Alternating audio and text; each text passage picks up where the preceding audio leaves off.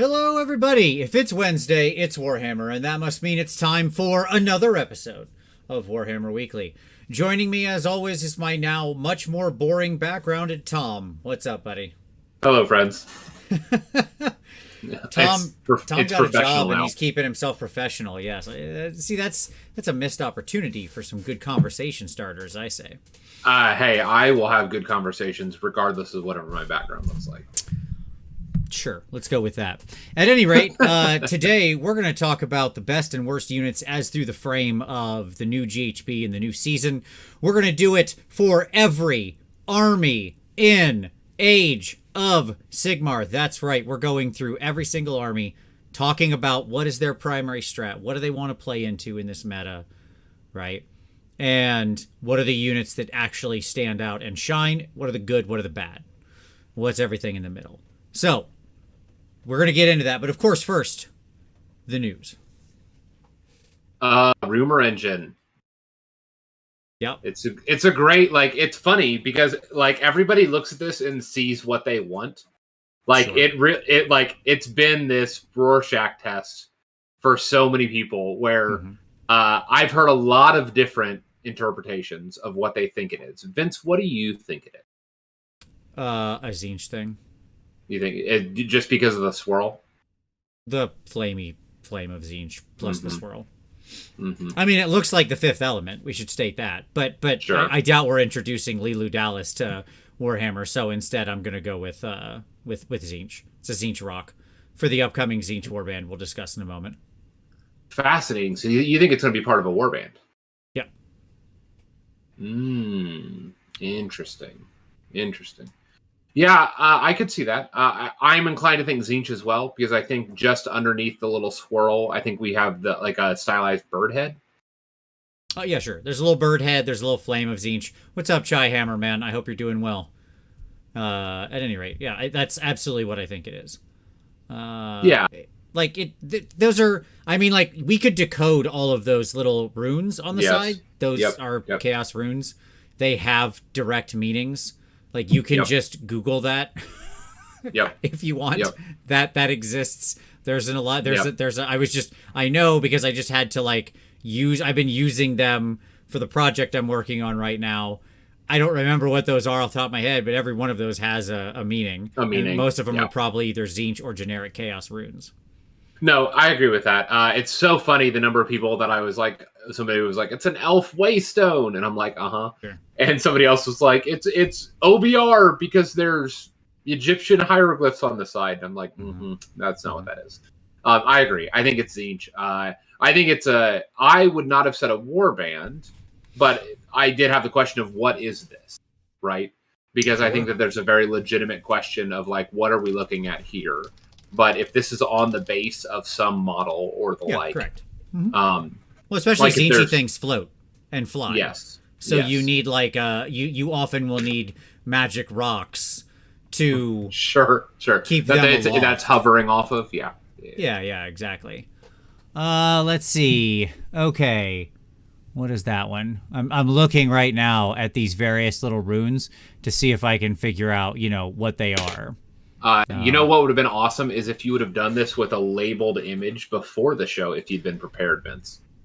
Oh my God, Tom, how about you shove it straight up wherever the sun does not shine, okay?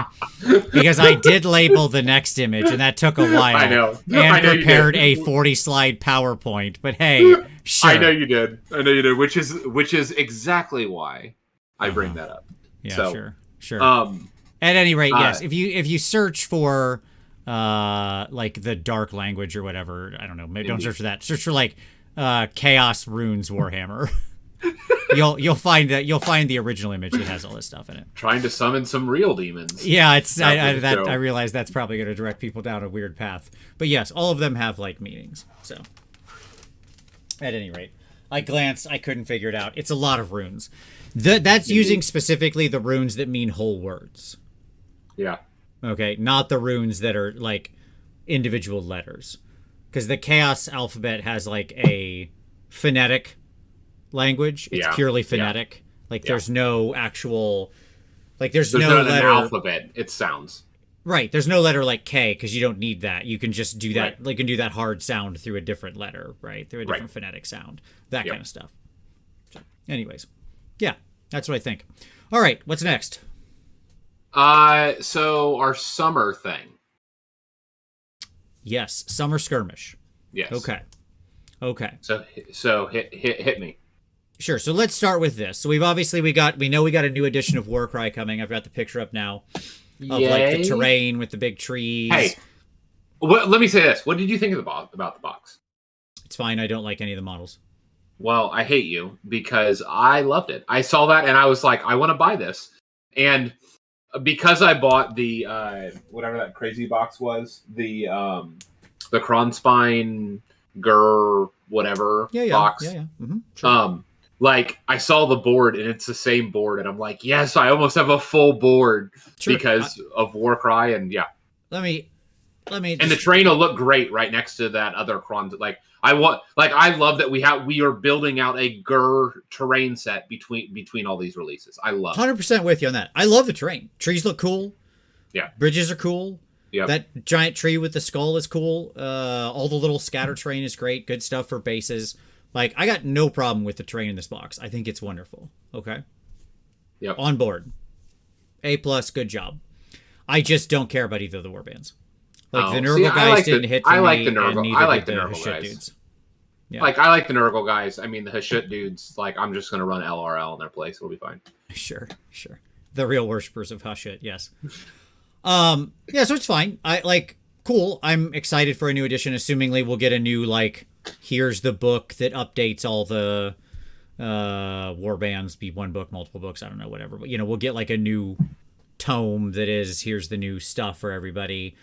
They've said it's not a huge change from the existing one and that everybody is up compatible or down compatible or sideways compatible, circularly compatible, whatever. It doesn't matter. So cool, good stuff. I like Warcry is a very good game. It really doesn't need much in the way of changes. If they're just like sanding off a few bumps and stuff and knots in the wood, fine, great. Yeah, I'm really honestly considering buying 2 of these boxes. Mm-hmm. And then just using, so then I'd have between that and the Kronspine stuff, you'd have 4 boards, so you'd have an entire table's worth of boards. Well, if you want Nurgle Marauders, like if you're gonna make a stonks bet that in December when the Slaves of Darkness book comes out, that Marauders are gonna be good again, okay? Because right now they're not at all. Sure. But look, seasons change, okay? If you're going to make a bet that they're good, again, these guys would make excellent Nurgle Marauders. But the problem is that they're already, they will have their own war scroll. So, you'd have to do some other heavy conversions in order to actually, make it work. That's my answer to you.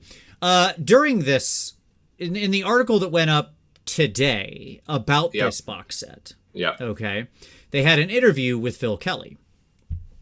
And I always watch Phil Kelly interviews because Phil Kelly is a very interesting guy, and he is in charge of more or less all of the lore for this world, other than what's written out in Soulbound when they work in conjunction with him and stuff like that.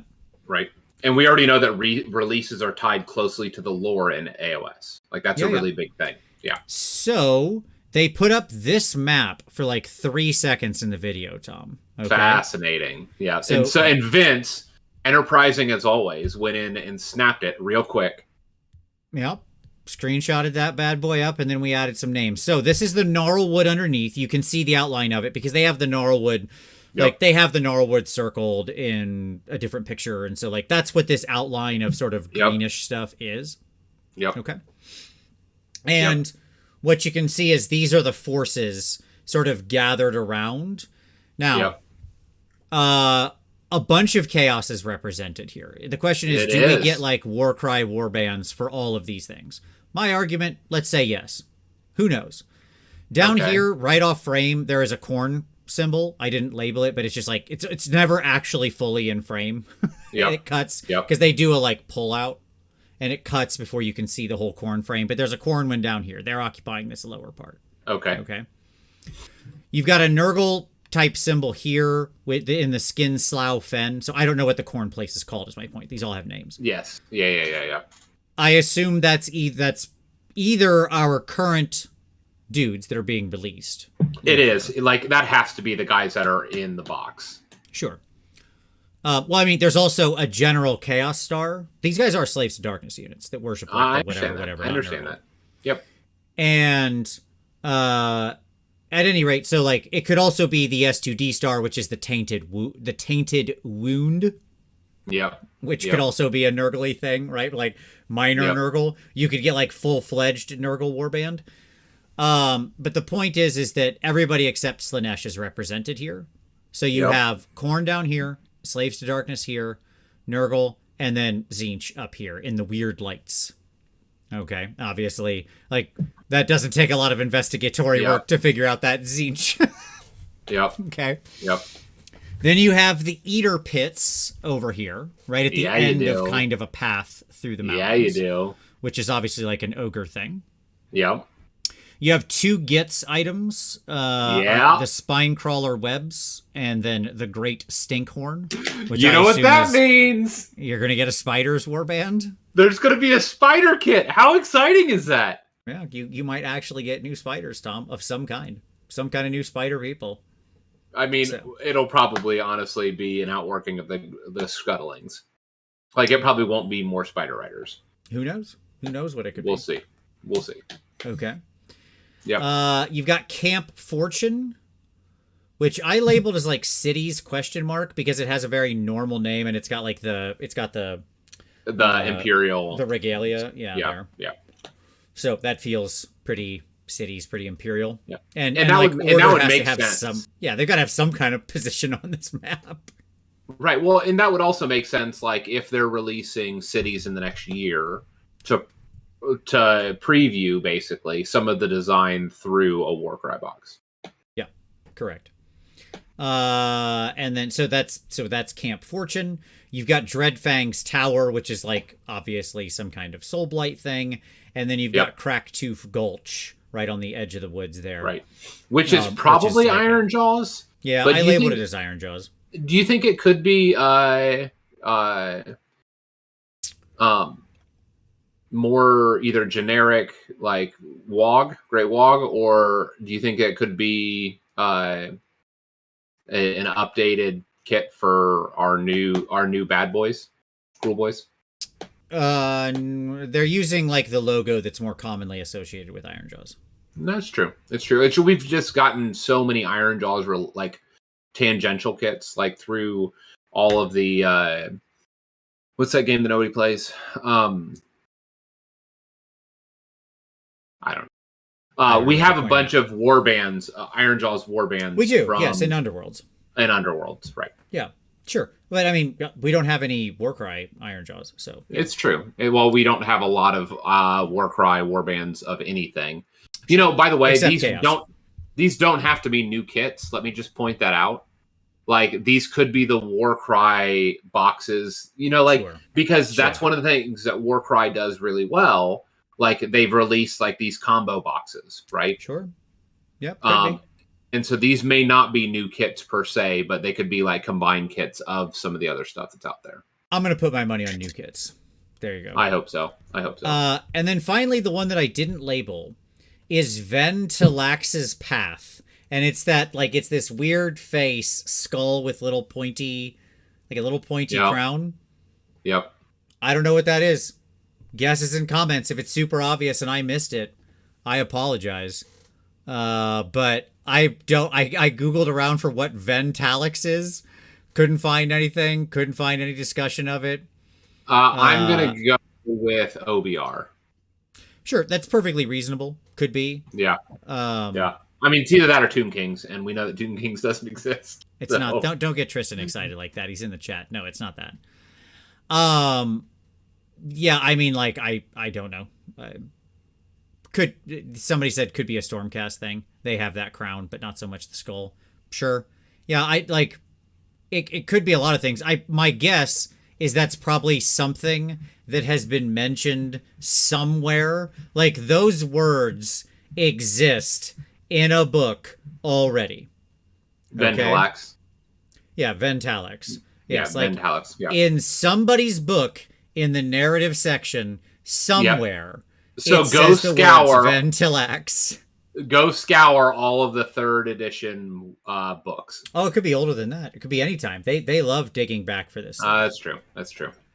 You know, we had our first mention of where, Sigvald was trapped like years ago randomly in a book, and like the first Shadespire lore or whatever, right? I mean, it's forever back. Yep. So the vainest soul trapped in a mirror. Yeah. So like, Mike says Ventilax was in the lore in the OG Tomb Kings book back in Fantasy. Okay. So maybe a death thing. But yes. Interesting. In this map, now keep in mind, this isn't the whole woods. Like, this is the most they zoomed out before they stopped. Yes. Yeah. There may be more. Right. Yeah, like we already know the corn guys right on the bottom. The wood does extend down some distance in the broader unlabeled picture. So there could be more things. Like somebody said, oh, no Skaven or no this or that. Like, I don't know. This doesn't necessarily have to be like all of them. Yeah.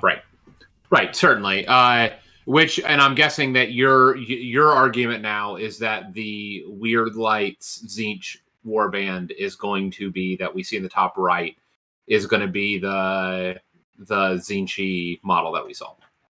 Yeah, correct. That's what I'm connecting here. Yes. Yep. Okay. I could buy it. I mean, what that says to me is what are they doing for Gits? Oh, Mike was joking. Okay, got it, Mike. I know he was. Yeah. That's fine. What are they doing for Gits? Yeah, you got 2 Gits things. So that's right. Cool. Right. Well, and what this says is like they're not Moonlight, or they're not like sending Spiderfang off into the wilderness. Like they're you get a show up in Warcry. Yeah. Worst case, it means you get some weird little repackaged box of existing spider stuff. Best case, it means you get new sculpts. That's how you should look at it. Right, which would be amazing. So either they'll use this map to release their their winter, like the Christmas Warcry boxes, and you'll be able to go buy like the Skinslaw Fens forces, blah blah blah. They'll have some fun name. Right. Or you'll get a new little Warcry warband for them. So cool. Yep. All of that, or some combination of both. Like that's the other possibility, is that it's some combination. Which, like, I love all of it. Right. Like that. I am excited for that. And Vince, I don't think you didn't have this in the news. We had something else drop this week. I've got it. I've got Summer Skirmish. We're not done with the Summer Skirmish thing yet. Oh, okay, that's fine. Go ahead. Okay, other Summer Skirmish thing is for Underworlds, because we got our Witch Hunter group, Tom. There it is. Order of Aesir, baby. Yes, we have the Hexbane's Hunters. It's only been 3 years in calling it. They finally... On a long enough timeline, you'll get it. Exactly. No, it's fascinating. Now it's a question of the chicken or the egg. Were they planning it, or did we plant that seed? Yeah, I'm pretty sure they're planning it, since we read words that were in a book. Yeah, that's a good call. Yeah, they're fine. I mean, you know what this calls back to me? Like I look at this and I'm like, oh, I know what this is. This is Mordheim. Yeah, this is dogs. Like literally the Mordheim Witch Hunter warband, which had dogs and dudes, and like your Witch Hunter was like the leader of the pack. Yep. Yeah. Yeah, they're good. I honestly don't love them, but I don't dislike them. Well, I don't love you. Like, I love these things. Okay. Like, I saw this and I was like, we got it!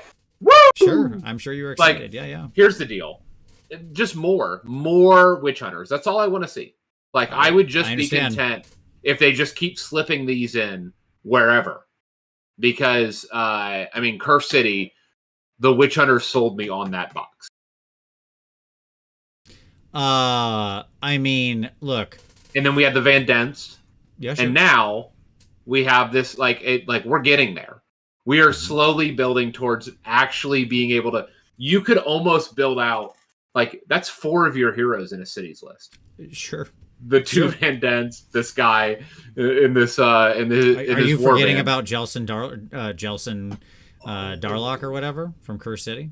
No, that's what I'm saying. Like, the 2 Van Dents, this guy, and then Jelson, right? Okay.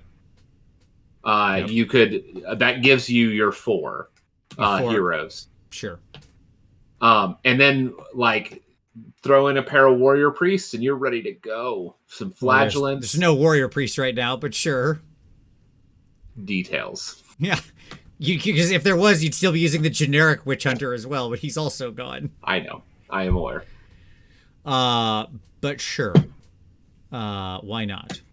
Yeah, I mean, okay. Like, main dude looks good. Yeah. That's what I'll say. It's fine. Yeah. They certainly covered a lot of archetypes here. Yes. I mean, the other guys are just chaff, and that's okay. They're allowed to be. Sure. like that's their job. Is I just like to die. Pistol and Axe Girl the best. I think she looks pretty cool. Sure. Don't love her haircut, but that's fine. I mean, I love doggos. Like, I'm always in for doggos. Yeah. Sure. You know, it's fine. Okay. So there you go. That's these dudes. A lot of people are going to be excited. I'm glad they got them. Okay. Yep. Cool. Anything else? That's all the news I have. No, that's what I had to. Okay. Very good. All right. Well, very good. Let's go to some pick of the week. What do you got, Tom? Yeah, so this is a channel that is, up until this point, has been tangentially related with Warhammer. And I've spruiked it before, and I'm going to spruik both his channel and also like a video on it, and also his Twitter feed. And that is Pleasant Kenobi. For those of you, I've mentioned him with reference to Magic before, because he's one of the content producers that I follow in the Magic world. And then he was doing a bunch of 40K stuff. And then this week he finally broke. And he said, "Oh my God, I think I want to play Age of Sigmar." Glad to hear it. And then he solicited the community for what is your favorite army and why. And so that's what I want to highlight is that thread. So go bomb that thread, that Twitter thread, with your favorite army, photos of your favorite army, and why it's the best. Okay. And then as well, Pleasant Kenobi released a video this last week about Warhammer, but it's not the Warhammer type of video that you would expect necessarily. It was let me say this. One of the reasons why I appreciate his take is that he is an outsider coming into the Warhammer community. Like he's kind of like slowly engaging it. And so we're getting reflections from people outside the game on the game. And that's something that like I've always prized, like when Halo showed up, like listening to his take as somebody that was a heavy Magic player reflecting, like I think that was, he had a wonderful contribution. Well, anyways, it's so funny to listen to Pleasant Kenobi come to terms with the fact that like so many people who are like Warhammer fans don't actually like the Warhammer game. Like, so he has this like 10-minute video that he released this week reflecting on where he doesn't think that most of the people who actually play or who actually are into Warhammer actually like Warhammer. Okay. Now he's approaching it from a 40K standpoint, but at times it raises the question, you know, this also applies to folks in the AOS / the ex Warhammer Fantasy folks. Yeah, so it's just I think in AOS we're pretty positive. Agreed. And I think that's also worth reflecting on, right? That AOS is a different type of community. And that even though it is a GW property, the community itself, what's been cultivated over the last 7 or 8 years, is just simply different than 40K and the other stuff that's out there. And so that's something to celebrate, right? And so, so I want to just encourage you to... I don't want to go all Globo, Jim, but sure. Yeah, it's not bad.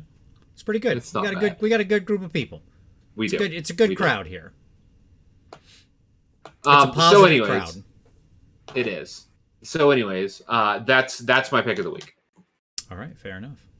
My pick of the week is from Stuart, the Iron Gutsman, who has a new video very much along the lines of what we're going to be talking about today. But he's doing it just on Gits. Like, he deep dives into Gits. He's framing it on Johnny Timmy Spike and the different ways to build and to play into the bounty hunter / GV / low drops. A lot of what we're going to talk about today. Yep. And so it's a real good video. Check it out. If you're a Gits fan, if you love them Gobos, this is the place. This is the video for you, because he'll get you excited about some of the things Gits can do in this new meta. So there you go. Okay, cool. Tom, let's talk about hobby time. You've been a busy boy. What are you working on, Tom? Well, I had my commission that I had been working on, and I set that aside because I acquired a couple very large armies in the last week. Yeah. One was an old High Elves army that I've been inventorying and kind of like parsing out and figuring out what needs to go where. And then in the middle of dealing with my High Elves, somebody came to me locally and was like, hey, I have this 6,000 points of IDK that I'm not going to use. Do you want it for cheap? And I was like, yes, please. So now I have 6,000 points of IDK that I have no idea what I'm going to do. Sure. You got options. You got like 21 eels in that mix. I counted. Yeah, I do. So I have a friend actually who is wanting to get into the hobby, and she's expressed interest in painting IDK, and so I'm probably going to put her to work. Well, that's good. The more people you get painted, just get that factory line going, Tom. Yep. I know you want to line up my kids. Yeah. Exactly. Your commission painting service will be well in order. You'll be the new blue table painting, just putting people to work. Maybe. It is a lot of sharks and eels and a lot of thrall. It's a lot of everything because it's 6,000 points. It's a lot of stuff. Only one turtle. Only one turtle. There's room to grow there. There's room to grow. There's room to grow with the sharks. Only 4 sharks. And so I could definitely you could go 6 and go the whole shebang. So there you go. We'll see. All right. Cool. My hobby time, as promised last week. Yes, indeed, I am still working on this knight, this Imperial Knight, or I suppose Trader Knight, as it were. We've made a lot of progress. Here's how the carapace looks now, all free-handed and everything like that. All the freehand is done. Almost. I think I have one more thing I need to add as I'm looking at him. Maybe 2 things. We'll see. It's a slow, tedious process to do these things because they have to all be perfect, and they have to all be layered, and they have to all be... And I don't know what I want them to be. Does that make sense? One of the most challenging things about this is, what do you put in what places? But Banelash is coming along. Nice. On the bright side, the base is done. The skeleton's done. So all that's completely finished. So it's just working on the carapace. So he should be finished this weekend. I'm a good 120 somewhere in that hours into this guy, but probably have at least another 40 to 60 in front of me easily. But I still feel like I'm rounding third base, heading for home. I have so much footage recorded for this guy. Making this video is going to be an utter and complete nightmare. Maybe you should do multiple videos for monetization purposes. That would be a smart thing to do, but I want to do a video on this is a Golden Demon project at the highest level. This is how seriously I take it. Golden Demon Project Volume 1. Yeah, Volume 2. Those videos never work well. Everybody falls off after the first video, so I'm not building the largest Warhammer model ever, so there you go. Okay. So that's what I'm working on. It should be finished this weekend. Excited about it. Okay. Then we can get back to other fun stuff. I'm going to have to do a bunch of video catch up because I'll have to make this one and then make a bunch of then do other videos to catch up because I've been working on this guy for 2.5 weeks. All right. With that, Tom, are you ready to talk about the best, the worst, the good, the bad, the 2022 meta winners and losers? Always. All right. Awesome.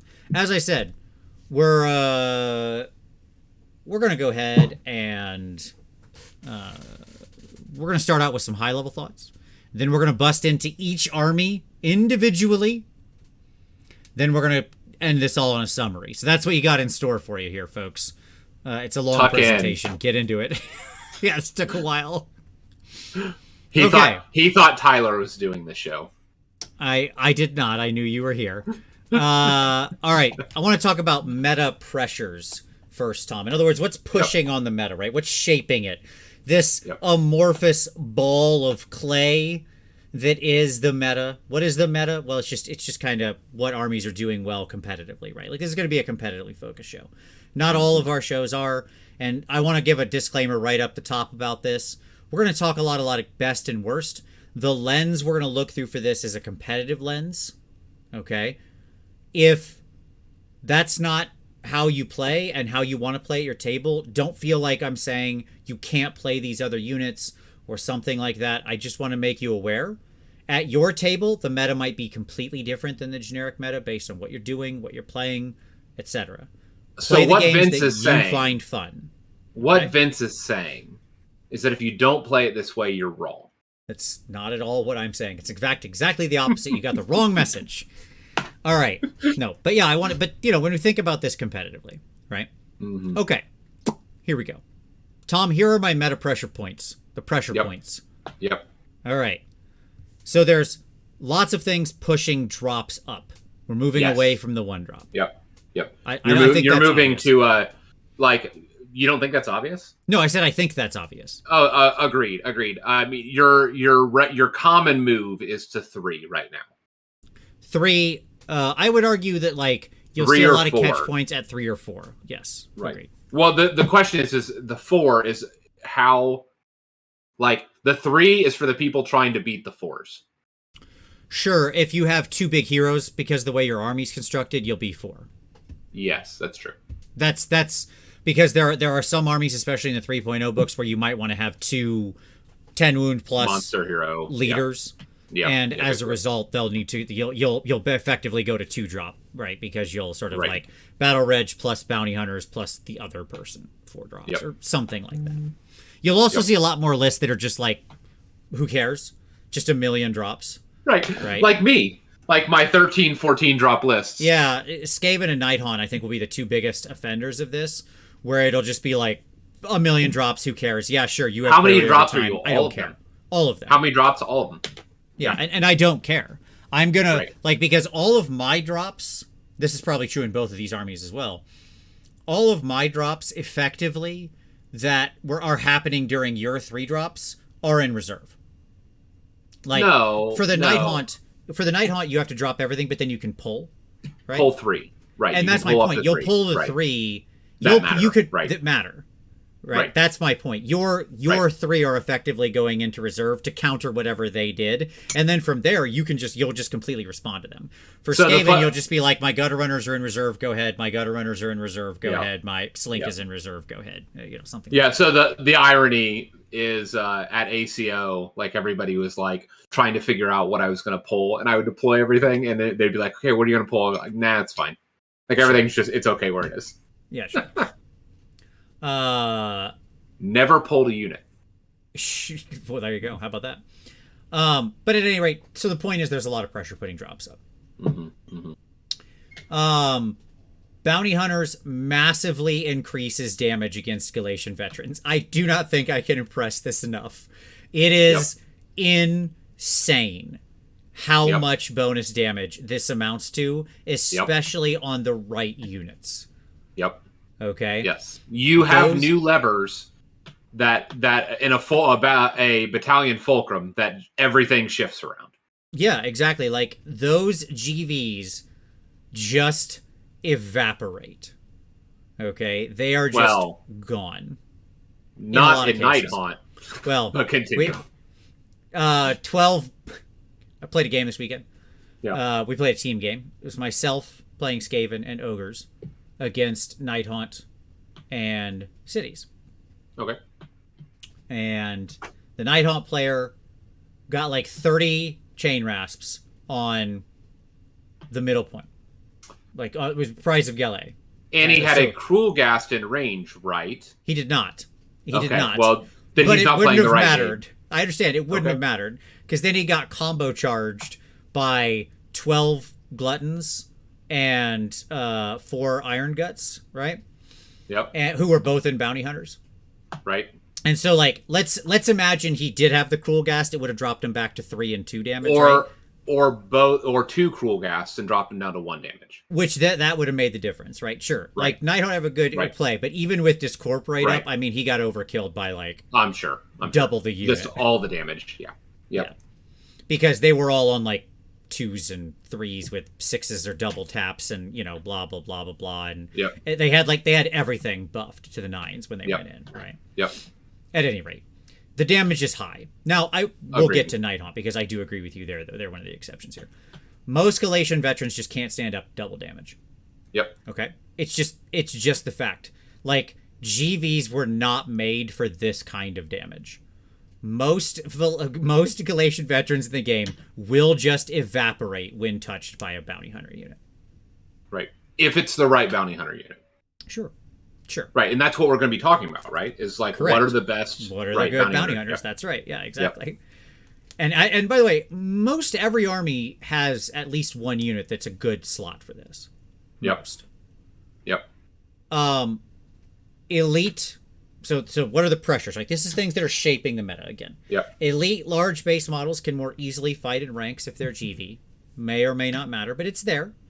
Like, that ability to fight in 40k melee, it can matter to some armies. It mattered a lot with things like those ogres, who were able to get in on a pretty minimal frontage and still all fight. Yeah. Right? Yep. Powerful single models outside of Sons of Behemoth and Marathi are just dangerous losers right now. Because of Purple Sun. Yeah. Purple Sun, like the real sun, is so powerful, its gravity well is just warping everything around it. The meta. It's just warping the meta. Correct. Yes. Like, there are just comets that are way out in space being just looping their way, slingshotting around this purple sun. It's so powerful. Yeah. Yep. And, like, it is so good and so dumb and should be fixed. It's the reason why Kurdos is no longer in my list. Sure. If you have a hero that's 300 points plus, you better think real seriously about whether he deserves a place in your list. Right. That's it. Because the chance of you losing him very quickly and easily with no save, no recourse, no nothing to stop it is high. Yeah. Yeah. Right? Yep. Yep. Oh, Chase, I know. Let's not... I mean, like, we could do an endless spell comparison of 50 endless spells compared to Sun, and they would all be losers. Because Sun is both a combination of wildly undercosted and stupidly effective. Yeah. Like, it is such an outlier for how these things should work. Yeah. Okay. So, it is both way too cheap and way too effective. And I've seen a lot of discussion of this online. Like, I went and read a couple Facebook threads about this. Always a mistake, but I wanted to see what the people think. And, you know, there's a good number of people who are like, yes, it's definitely warping. It should be doing, you know, mortal wounds, high numbers of mortal wounds against big targets, stuff like that. Which, by the way, like, sure, that would be a perfectly fine solution. Sure. And, yes, Bartek, we'll talk about that. And, the reality of the thing, like, some people are like, no, you should just get your models put in the bin for 1 die. And I'm like, okay, that's an easy thing to think until you get spell domed and lose a good portion of your army. And people don't understand the way percentages work. They just don't. Like, people don't understand math. Humans are bad at math. If that purple sun lands in a place where it can hit 3 of your heroes. Yeah. Okay, which is not, or 3 of your single thing units. Not necessarily heroes. Yeah. Could be big monsters too, right? Whatever. Yeah, it could be a black 3 single item units. Single thing units. There is a 40% chance you lose one of them. The first round it drops. 40%. That's not small. No. If there's a 40% chance you would die driving to the gas station in your car, you wouldn't get in your car. Okay? 40%'s real high. Yeah. All right? Yep. If that thing lives, if they fail to dispel it once as it ticks over into their turn. Yep. Okay. So if they fail to dispel in the next turn, and you get to do it again. Yeah. Because you'll get to do that before they move. Right. Right? And it's not an automatic dispel by any stretch, because you need to roll a 9. Raw 9 on a die. Right. Okay? I mean, just roll 10s, but sure. Sure. Okay. If that happens, then you have basically a 60% chance that somebody dies. It's now odds on you lose something. That is insane.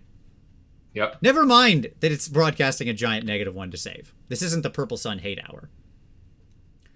Martin Buell, why 40%? Isn't it just on a 1? Yes, Martin, but you're hitting 3 units.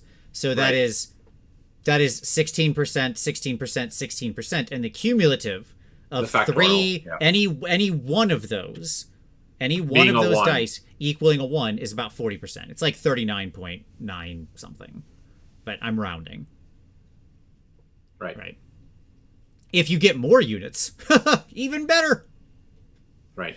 Like the chances skyrocket. I'm conservative with the 3 units. So, anyways, Sun is powerful in meta warping. So it's meta warping right now. Like it is putting pressure in the meta. Yep. Yeah, no problem, Martin. I got it. So the point here is it's making large single monsters, god models trash. I don't know how else to say it.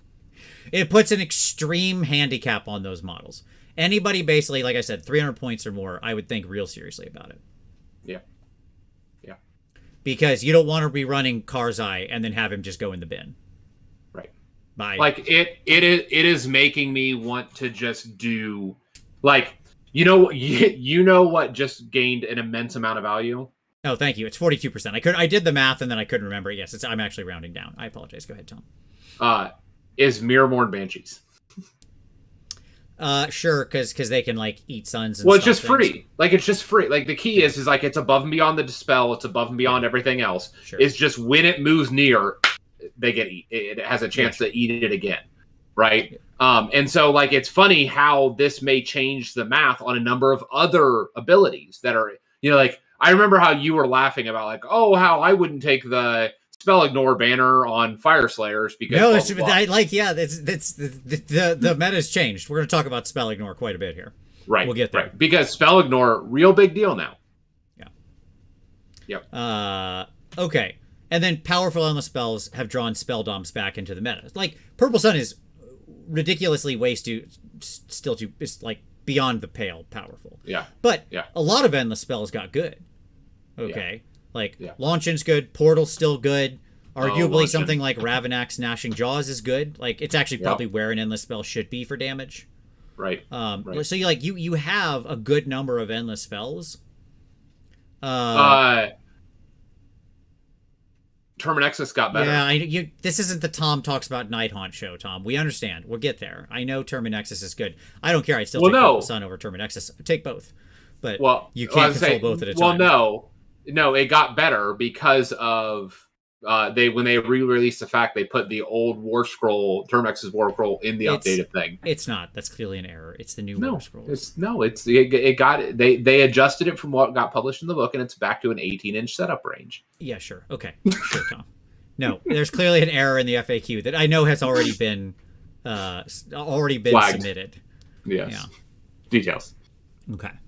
So, let's return to the 3 strats. We talked about this in the GHB show, so I'm not going to too deep dive into these, but for those who are just catching up. Here we go. 3 strategies emerged. This came out of the GHB show. So, number 1, if your army has a GV that can meet the criteria, resilient, refillable, mobile, so on, you can be an expert conquerors, and you play like Sons of Batmod. You dip, dodge, dive, duck, and dodge. Right? Your goal is not to fight. Your goal is to live, count as 1 million people. Yeah. And just hold objectives. You retreat every chance you get. You win through pure objective domination. I'm labeling this the Johnny strat, by the way. Because it often relies on a lot of combos to make these kind of resilience things happen. And a lot of the Johnny-ist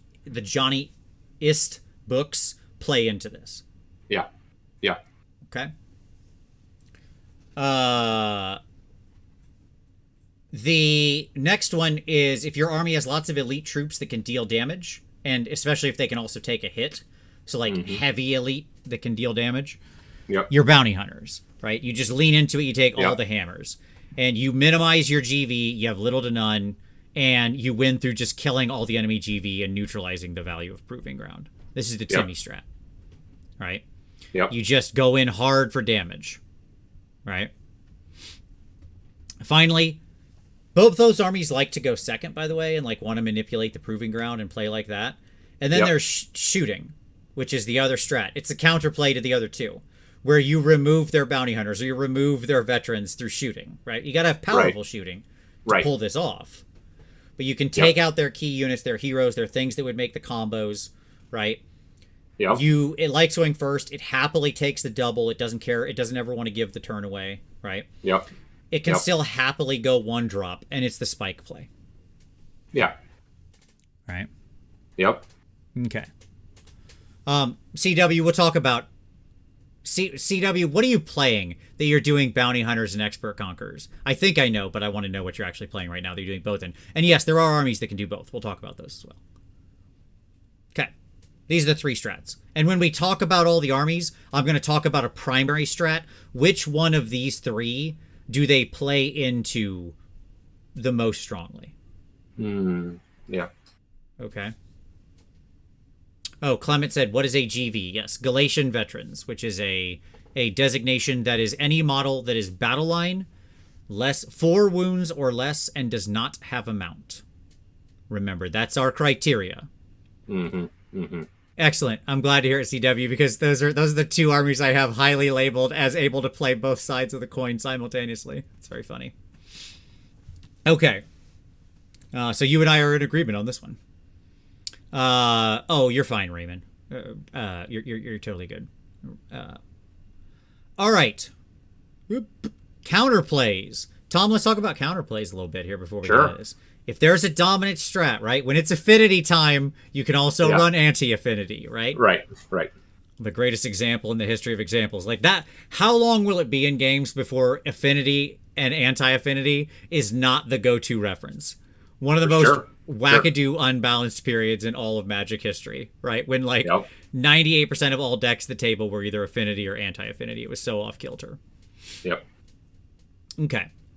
So, number one, spell resist. So, and so for clarity, what we're talking about here is that these are the counter strats, the counter plays to the dominant approaches.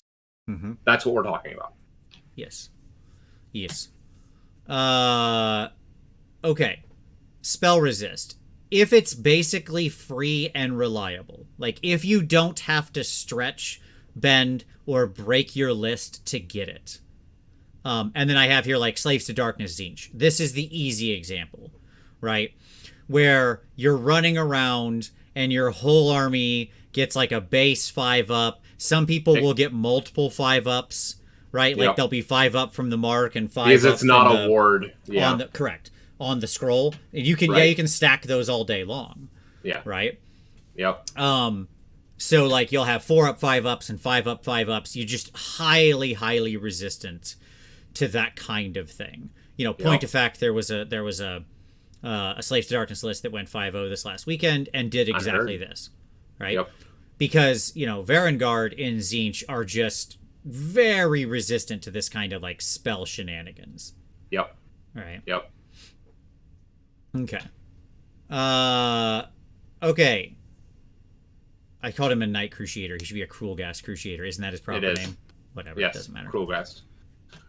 Whatever. I was thinking of him as a knight. It's fine. This is not Cruel Gast. There you go. Sorry. All right. Powerful unbinds or dispels. Right? This is a counterplay. Like, again, you want to push out the power spells if you can take the characters and they're good and you have powerful unbinds and dispels to back it up. Yep. Then you're great. Like, that's a great place to be. I was running some Skaven in that battle. The Nighthaunt player had Purple Sun. I have powerful abilities to unbind and dispel. Purple Sun didn't do crap. Even though it was being powered out by Reichnor, I could meet and beat that. Right. If you have built-in damage reduction, so Coalesced, the Cruel Gas Cruciator, Can Tzeentch Varangard stack spell ignores? Yes, as we mentioned. Like spell ignores aren't wards, so you can just do. It is not a ward save, right? You can just do a million of them, like right. as many as you can get your hands on. You can keep rolling until you get it. So damage reduction, being coalesced, the Cruel Gas Cruciator, little this dude from Night Haunt, who has become the most powerful hero in the meta now. And the other one is extreme mobility, which is why you always pack 2 now. Sure. The other one is extreme mobility. Yeah. Right? If you can just pick all of the fights you want and never be there to where your opponent gets to bring their bounty hunters to bear or whatever, like if you can easily move, take out their GV, right, so on and so forth, that's a good counterplay. Yeah. I think of like a 6-pack of Scythe Kurnoth, who will just be like catapulted forward to some woods that a Tree Lord Ancient set up, basically need to land a 6-inch charge, wipe out whatever they fight, and then teleport back to home base. Yep. And just keep doing that. Right? Yep. So things like that. And yes, I agree. Thanquol is a house. He is the house. Okay. Army winners and losers. Let's get into it. So, Tom, anything we missed before we get into the individual armies? Anything else you want to say about the general state of the meta? Anything that... So, another aspect that you didn't mention. You talked about damage powerful unbinds to spells. A subcategory of that's too narrow for me.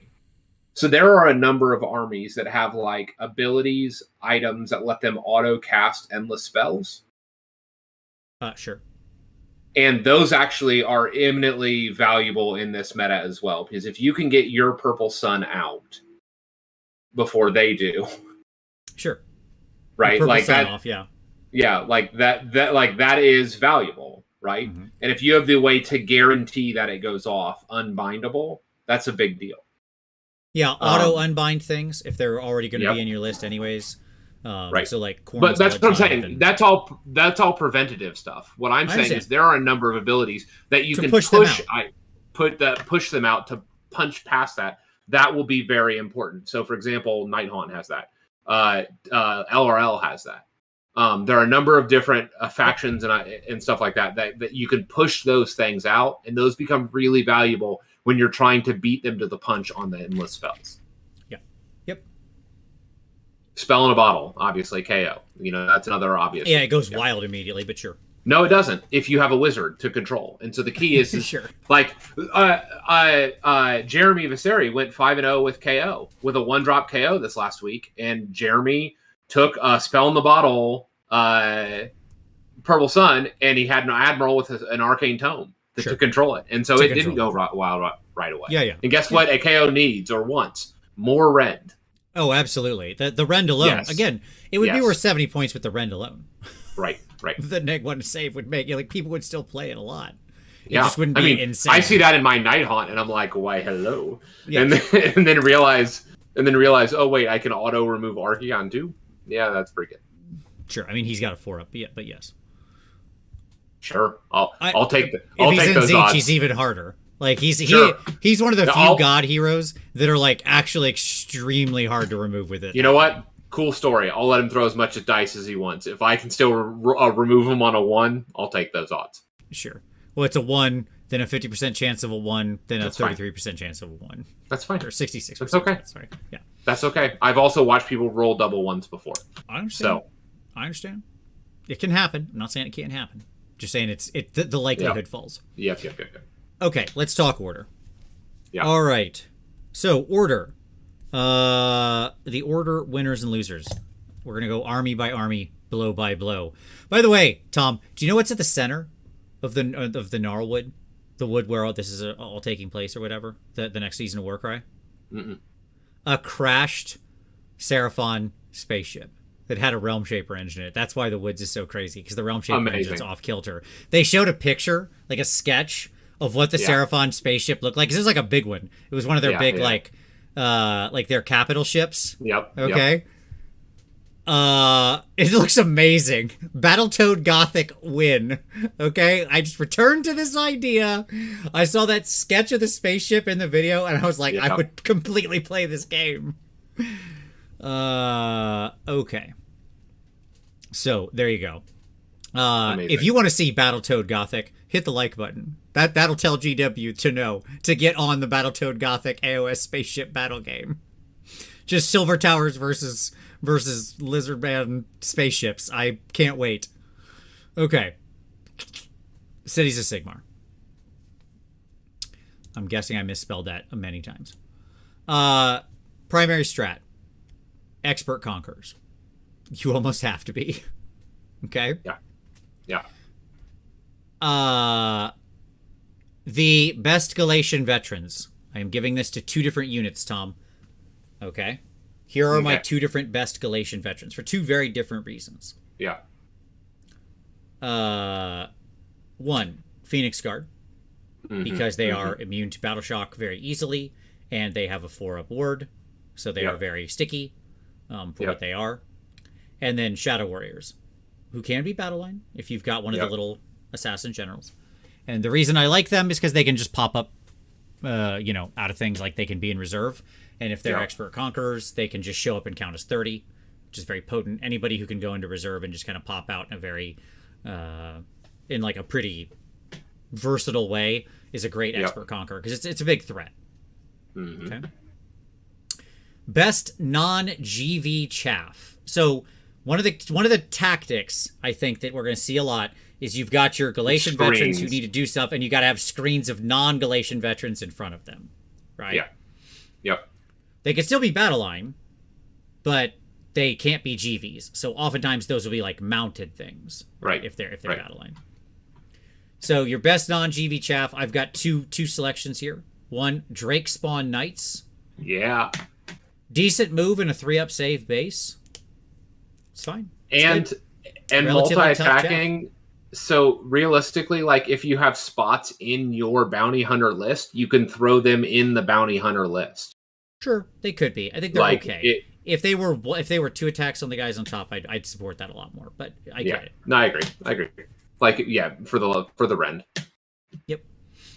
And then Outriders and Pistoliers, just for like your cheapest chips mounted dudes who can go 5 wide and screen a large amount of board space. Yep. So there you go. Yeah, but like Drake Spawn Knights in Tempest's Eye with the bonus save. Sure. Like you're just gonna bounce on those Drake Spawn if you come into them. Yeah, no, they're great. I actually stand Drake Spawn Knights quite a bit. They're down in points. They're like 120 points now for 5 of them. So it's 10 wounds on a 3-up save. 3-up base, right. 2-up save. Yeah, it's great. They're good chaff. They're good heavy chaff that can actually withstand. And when they're not actually battle line, well, they can't be. No, it doesn't matter. They can't be. And not GVs. I understand that. That's what I'm saying. Yeah. When they're not GVs, right? Because that's what we're talking about, non-GV chaff. Yeah. It makes them very resistant to damage, and that's the key here, right? If you can get one roll, we'll talk about the split.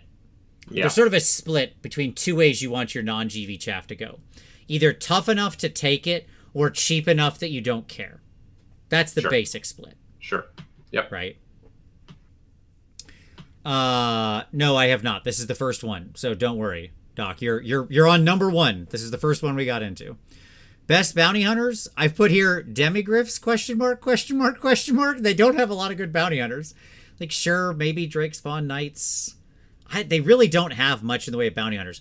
So much of this army is, just real quick, let me say this. I have worst GV, most of your foot troops. Like, the vast majority of your foot troops, who will just die by the bucket load if something touches them. Yeah. Because there is a lot of like very average to low saves and not a huge amount of wounds and nothing special that's going to keep them alive. Sure. I mean, well, I actually am going to support Crazy Horse. I'm going to support Anthony here that I think that bringing in Stormcast is going to be your best. We are staying in the one book. This is the rule. Okay. But that is in their book. This is in this book. This is the units that appear in this book. That's the rules I set down. Because otherwise, I'm going to be allying and coalitioning all over the place. Sure. It's this one book. It is a city. Does it say Cities of Sigmar on the bottom? On the printed thing? If not, I don't care. Okay? I got to have rules. Continue. Sure. I understand how good some of the Stormcast units could be. I'm saying when you're stuck to only city stuff, it's like, okay, demis who aren't great. Right? And most of your foot troops are just people waiting to die. Like, they're just waiting to get exploded. Sure. My summary on them: control your battle line carefully, as you have lots of foot troops that are very susceptible to getting exploded by bounty hunters. But you can do it. Like this, there's absolutely a path to victory here, through the EC / maybe a little bit of shooting backup play. But you got to protect. Yeah. Right?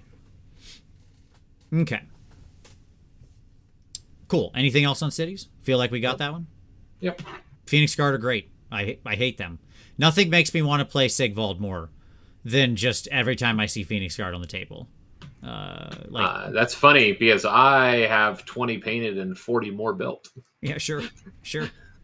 I play them a lot. They are a frequent opponent at my table. Okay. Daughters of Cain. I have listed their primary strat as shooting / bounty hunters. Sure. Because they can do both simultaneously. They can walk and chew gum. Yep. Their best Galatian veterans, Cainite Shadowstalkers. The Stonkers with their every round teleport coming in a pack of 9. They are battle line in one of the one of the factions. Now you have to take that faction to get them, which is kind of unfortunate. Yep. But they're amazing. Yes, because you can just relocate them. Yep. Yeah, exactly. They're very hard to catch. They're very easy to go conquer. Right? So if you happen to be in that and have a couple of them in something like Expert Conquerors, they're a huge threat to go threaten points. Yep. Agreed. Best non-GV chaff, that award I'm giving to Canary because they are multi-purpose. Sure. I know you want to pick. I know who you're going to pick, so go ahead and pick it. Say, Tom. Say your thing. No, go ahead. No, I'm good. You go. No, I was going to say it's disappointing to me that they lost their shield. Sure. Like that their old bounce back on morals would have made them like really solidified their spot as the best chaff. Yeah. I think there are potentially other chaff units, but yes. I thought you were going to try to justify Doomfire Warlocks. They're too expensive still. The problem is they're just too expensive for chaff. Yep. That's exactly right. That's exactly what I came to. The reason I love Canary is because they can play double duty, right? Yeah. A couple units of Canary can be chaff at the beginning if you need to set them up. They can auto-complete a battle tactic for you for no reason with no risk. They can drop late game and threaten points. Like, they're so versatile in what they can do. They're there. Best bounty hunters, Blood Sisters, just wrecking balls. Now, they themselves will explode. Often potentially veterans and will explode even when they're not veterans. So you got to be careful with controlling that status because they are fragile. But my God. You do not want them being battle line. No, like exactly. When they're, you may have to is the problem when you're trying to fit everything in. Like you might just end up needing to. But because it is not a cheap army, right? No. It is not. But Blood Sisters, when buffed, on 2s and 2s with the 6s double taps and the mortal wound kick afterward, they wreck. They wreck and ruin. There is nothing left. Okay. Cool. So that's bounty hunters. Worst GV. Witch elves. It's just regular witch elves. Yeah, you're just going to pick them up by the bucket loads. Right. And there's just no way around that. They have no defenses, and they're going to take tons of extra damage. Yep. They're just going to explode. And they don't have something that might save them, like the 6-inch pile-in of the Sisters of Slaughter, right? Like just something. Something that could help them. So yes, it's definitely witch elves. So it's still a snake world. but we're living with different. But now we got more kinds of snakes on the table. Sure. Now we've got a pack of shooting snakes to shoot or double shoot, and melee snakes to go kill. That's the world with some various things out in front. Yes, that is a good point, Coach. Special shout out to the Heart of Fury, which is a great thing for also reducing damage. But I don't really need Witch Elves for the Heart of Fury. I can just use other units with the Heart of Fury, and they're better. Yep. Summary: play strongly into either bounty hunter or shooting strat or both through the various snakes or combo snakes. Has solid chaff options to protect these high value pieces. Snakes are the winners. Snakes are the winners. This new meta shifted us fully into Snakeland. Yeah. Yep. With like maybe occasionally some Sisters of Slaughter as chaff. And the reason why I'm not playing my doc this season. Sure. Yes, which elves? Those elves. The dead elves. Fire Slayers. I had to kind of guess here, Tom, because I don't know this army as well. So this is me taking a shot. Tell me if you think I got it right, okay? Okay. I just realized I didn't spell that guy right. Okay, there he is. Fire Slayers. Primary strat, I'm going to label them as bounty hunters. Does that pass the smell test for you? Yeah, probably. Okay. Best Galatian veterans. Volkites off board. Only if they're off board. Okay. Maybe. Okay. Who are your best Galatian veterans? I actually am super partial to Auric shooters. To the Auric Hearthguard. The Auric Hearthguard, buried in behind mountains of bodies. Okay.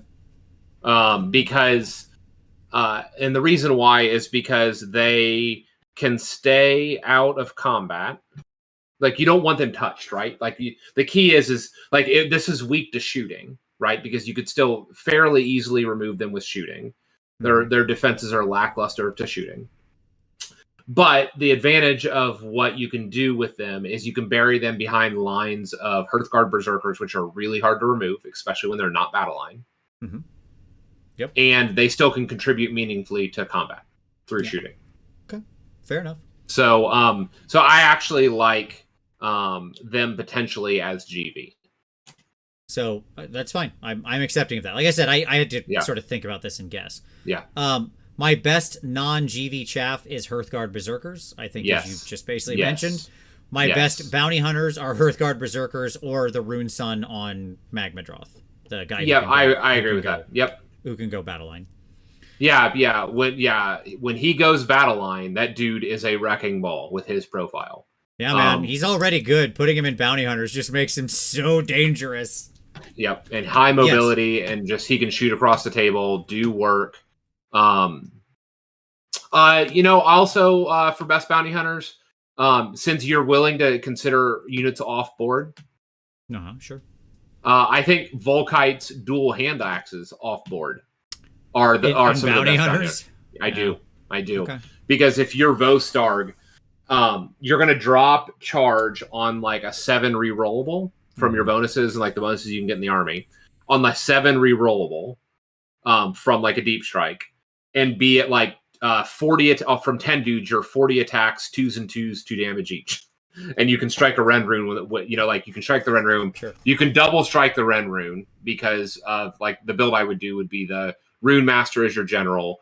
You have your Oryx as your GV. And then your which would let you do 2 runes. And so you can do the Rend 2 combats in a row. And so they could come in with like 40 attacks, they will lift any GV they go into. Yeah, sure. So my worst GV is Volkites with hand axes on board. Sure. Like, not in reserve. Yes, not in reserve. They're dead. Yeah, they're just dead. Yes. Those guys are just walking corpses. Correct. Okay. Yep. So my summary was can win as a grinding force, especially with the advanced damage, but needs to keep the Hearthguard Berserker as non-battle line to avoid bounty hunter reprisal. Yeah, and what's fascinating is that actually like they are the bestest of boys of chaff, because when you come into those Hearthguard, they're gonna punch you in the face with their strike back. Yeah, they're always strikes first, yeah. and like if they're like, I would even consider like having them in bounty hunter. So when you hit them, if you come into them with something that's like a dual status, like a GV bounty hunter or whatever, that stuff will just explode with the bonus damage that they're going to be throwing around. Yep. So. Yep. Yeah, Joel, absolutely. We're saying Volkites are always GV. Absolutely. Yeah, we're not saying otherwise. I'm just saying the best/worst. Okay, and then yeah, so there we go. That's Fire Slayers. All right, cool. The key is Hearthguard are pretty good still. Shocker. Yep. Okay. Idneth Deepkin. I've labeled them as Bounty Hunter's primary, shooting secondary. Okay. Bounty Hunter's primary, shooting secondary. Okay. Yep. Yep. Best Galatian veteran, Namarti Reavers.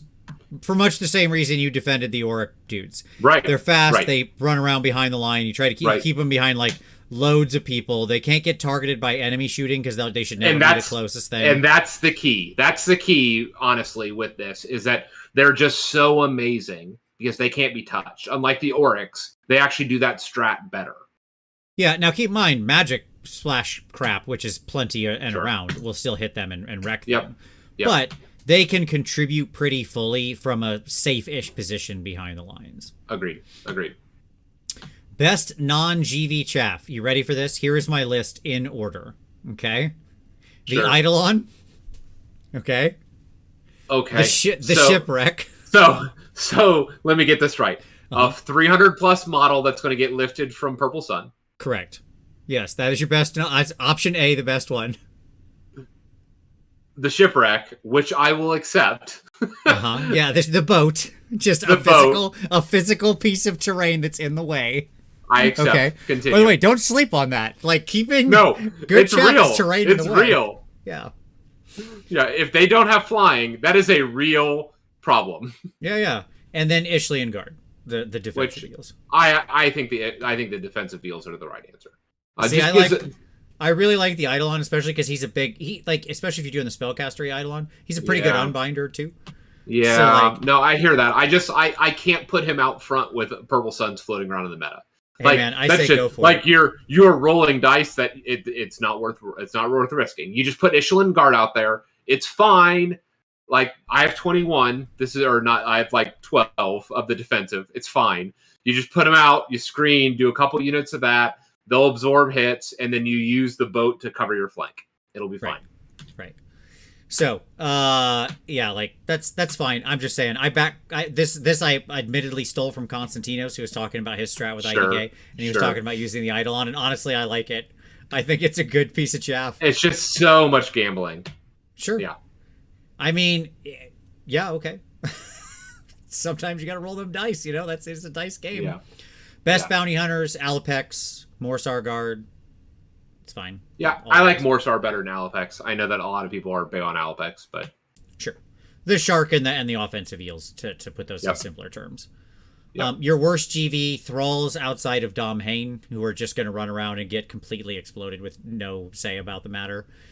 Just ready to die. Thralls as bounty hunters in Dom Hain can be an absolute devastating force if you can get them up there and delivered. Because good God Almighty, will they just chop the living hell out of things? But they have to get in and do the work, which your best bet is like deploying them off table and deep tray. Or wall. Yeah. Having them go off board with your pointy man. Yeah. I won't take a guess at which one he is. He's soul related. I own them. He's 3 feet away. Still don't know what he is. Yeah, all the names. Yes. Right. So summary. I think IDK is an incredibly powerful army right now.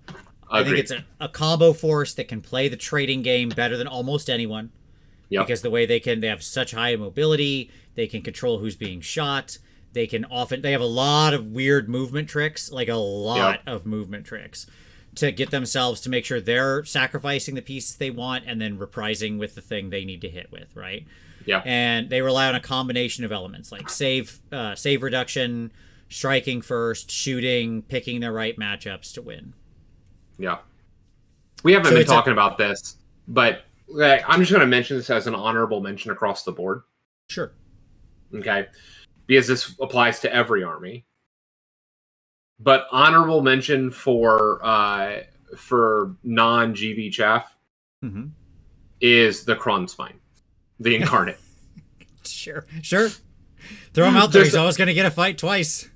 He's always, yeah. I don't mean like fight on death or death friends or something. I mean, he will have 2 rounds of combat because he'll have 2 rounds of combat. Like, you're going to have to chew through him, right? Mm-hmm.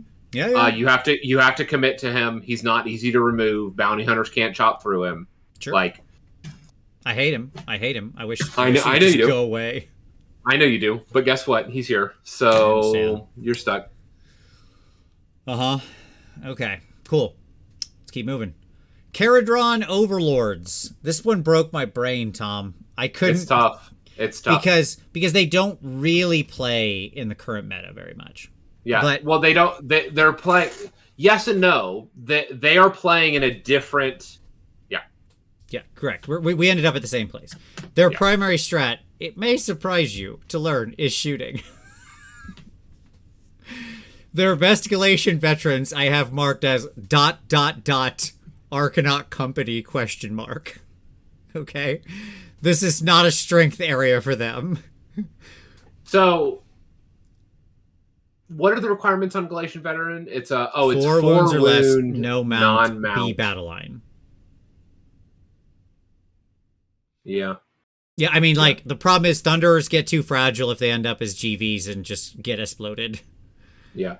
Anyways, you'll see the joke. Best non-GV chaff ... frigate, like, maybe? I guess. Just throw the boat out in the way. It's pretty big. It can sort of take up space. Incarnate allies. Yeah, like, absolutely. Like, they just don't... There's 2 armies that really just don't want to play in this meta a lot. Like, that is say, use the they're tools playing a different, that they're like playing their own game. They're off in a different sandbox, playing their own game, and this is one of them. Now, bounty hunters, I would argue Endrin Riggers and then Sky Wardens are good bounty hunters. They're mobile. Getting the bonus damage is good. It's fine. I think I like Sky Wardens better. Endrin Riggers do more damage, but I can understand. Like, you might like the shooting better. In melee, under bounty hunters, Endrin Riggers are higher damage. Even though Sky Wardens have double I ran the the math. Yes. Yes. Before I made this call, Tom, I went and ran the math to make sure I wasn't full of it. And yes, Endrin Riggers not only do, on average, about 1.5 points more damage, but they also do that damage farther down into the save because of the -2 then. So yes, even though they only have 1 attack. Yes. It's not, like, to be clear, neither of them are bad. They're both pretty close. Right. Like 1.5 points of damage is not like, it's not the end of the world. You know what I mean? Yeah. So there it is. Worst GV Thunderers. Just, my God. So, as veterans, I think they're terrible. Like, they're fine. I'm not saying Thunderers are bad. I'm saying Thunderers that go battle line and get exploded are terrible. Hold on just a minute. You're fine. And then Arco. No, keep talking. Arco also show up here as the worst. They are somehow the best and also the worst. They showed up in both categories. It's magical. They won both the Oscar and the Raspberry or whatever that other award is. Okay. Yeah, so, I mean, one of the things that it would make me think about, like, is, like, I hear your comment about Thunderers. Mm-hmm.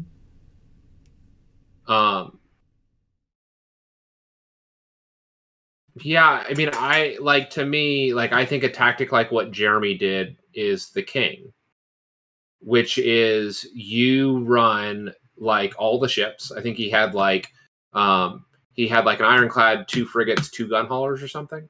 Mm-hmm. And then 3 tenors of Arco. Sure. All in GV. Yes. And then... No, they weren't. I'm sorry. No. He was 1 drop. So it was all the ships. Yes. Shooting all the ships, 1 drop. Yeah. All the ships, 1 drop with Purple Sun. And with... did he also have... Oh, and Burning Head. because they can like do all the things, right? Yeah. And you're just it's extreme mobility. Like it goes back to the like you can't catch me. Like everything can pick up and teleport and relocate every turn. I completely agree. That's why I said. So my summary here was this army doesn't play a great deal with the current meta tools, but as a shooting army that can go low drops with high mobility, it can actually answer the current meta well. The Purple Sun spell in a bottle, Admiral with a book thing is just, to me, it's the sprinkles on the cake, right? Like it's, right. Well, and the Admiral can add Ren now on one of the. So now, like, so those neg Ren jump to neg 3 Ren. And suddenly you're playing a whole different game with your shooting.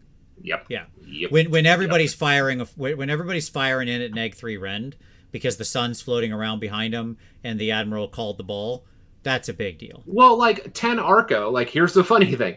10 Arco have like 15 base shots, like 21 with the Gatling gun, and now it's all at neg 1 Rend. Sure. Like that suddenly starts to do work. I don't disagree. When you're like so, I mean, like they are one of the primary shooting armies. That's simple facts, right? And they actually have some tools to do it. So cool. Okay. Lumineth Realm Lords. I don't even have a slide for them. Honestly, I just said to be determined. Their current book has a lot of challenges. They can play around in this meta, but we're so close to a new book with them. Because like the box set's theoretically coming very soon, and the book will be like a month after that.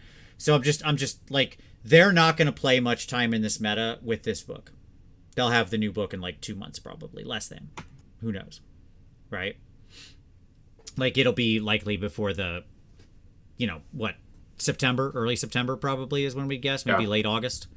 So like, there you go. So I'm skipping Lumineth. Sorry, Lumineth fans. Sorry, Martin. Do the best you can for another month and a half, 2 months until everything changes.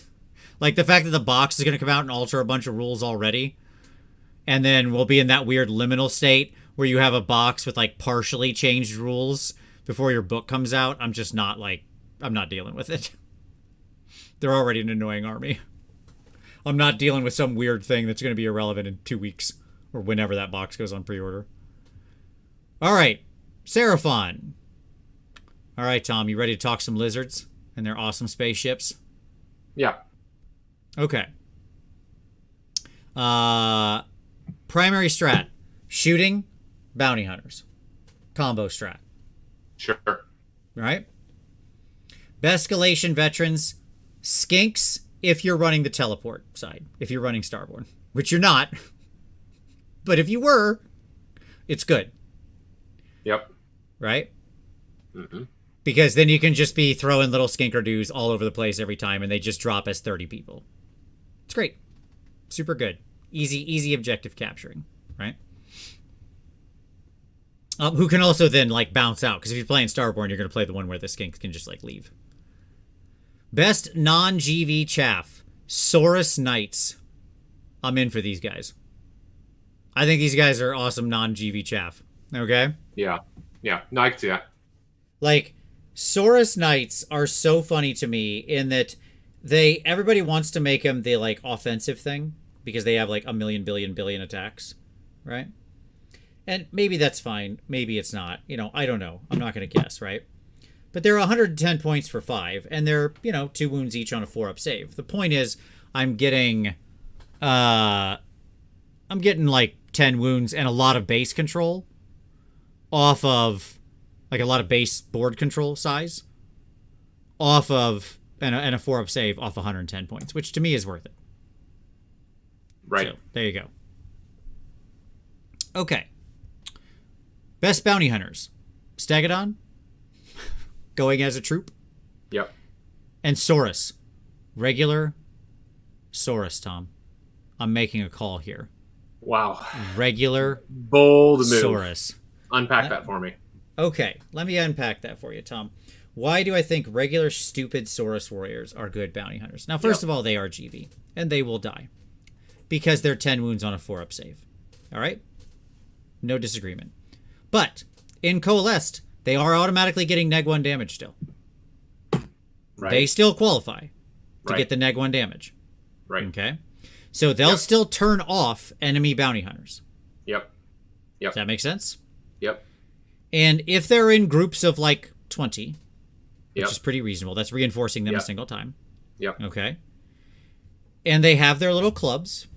Yep. Then They're they scary make because they're multi-attacking and 3 attack space each source. Yeah. 2 off the club, 1 off the chompy chomp jaw. yep. And all of those become 2 damage, with the main club ones being neg 1 rend as well. Regular source. Get into it. I'm just saying. Right? Like, Yep. there are, by the way, actually quite a lot of buffs that can go on Saurus that have been kind of underused because they haven't had much of a purpose so far. Yep. And why not Saurus Guard? Because Saurus Guard are a smaller number of guys, and Sure. their job, and they're more expensive, and their job is to like be bodyguards for your dudes. For they're 115 for 5. Yes, you still get 10 wounds on a 4-up save, but they're slightly more expensive, and their job is more to be like the protector guy. You could do Saurus Guard. I mean, they have hold on. arms that are 2 attacks and jaws. Like you can get As chat has pointed out, in Coalesce, you're actually on 2 bites.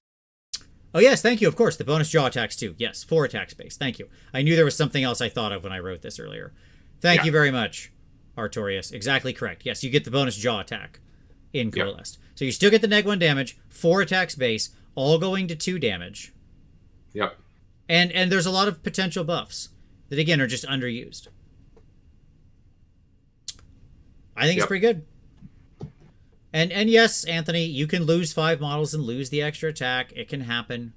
But who cares? It's a 200-point investment for this unit. It's nothing. Take 4 of them. Or take 3 of them, sorry. Put all 3 in bounty hunters. Great. Good stuff. Yep. You know, like I've got stuff now. And that's 600 points. I still got lots of room to play there. Okay. So, there you go. I think you could also have Saurus Knights in there as bounty hunters, by the way. They were going to be my 3rd choice, but I was trying to limit myself. So, there you go. Yep.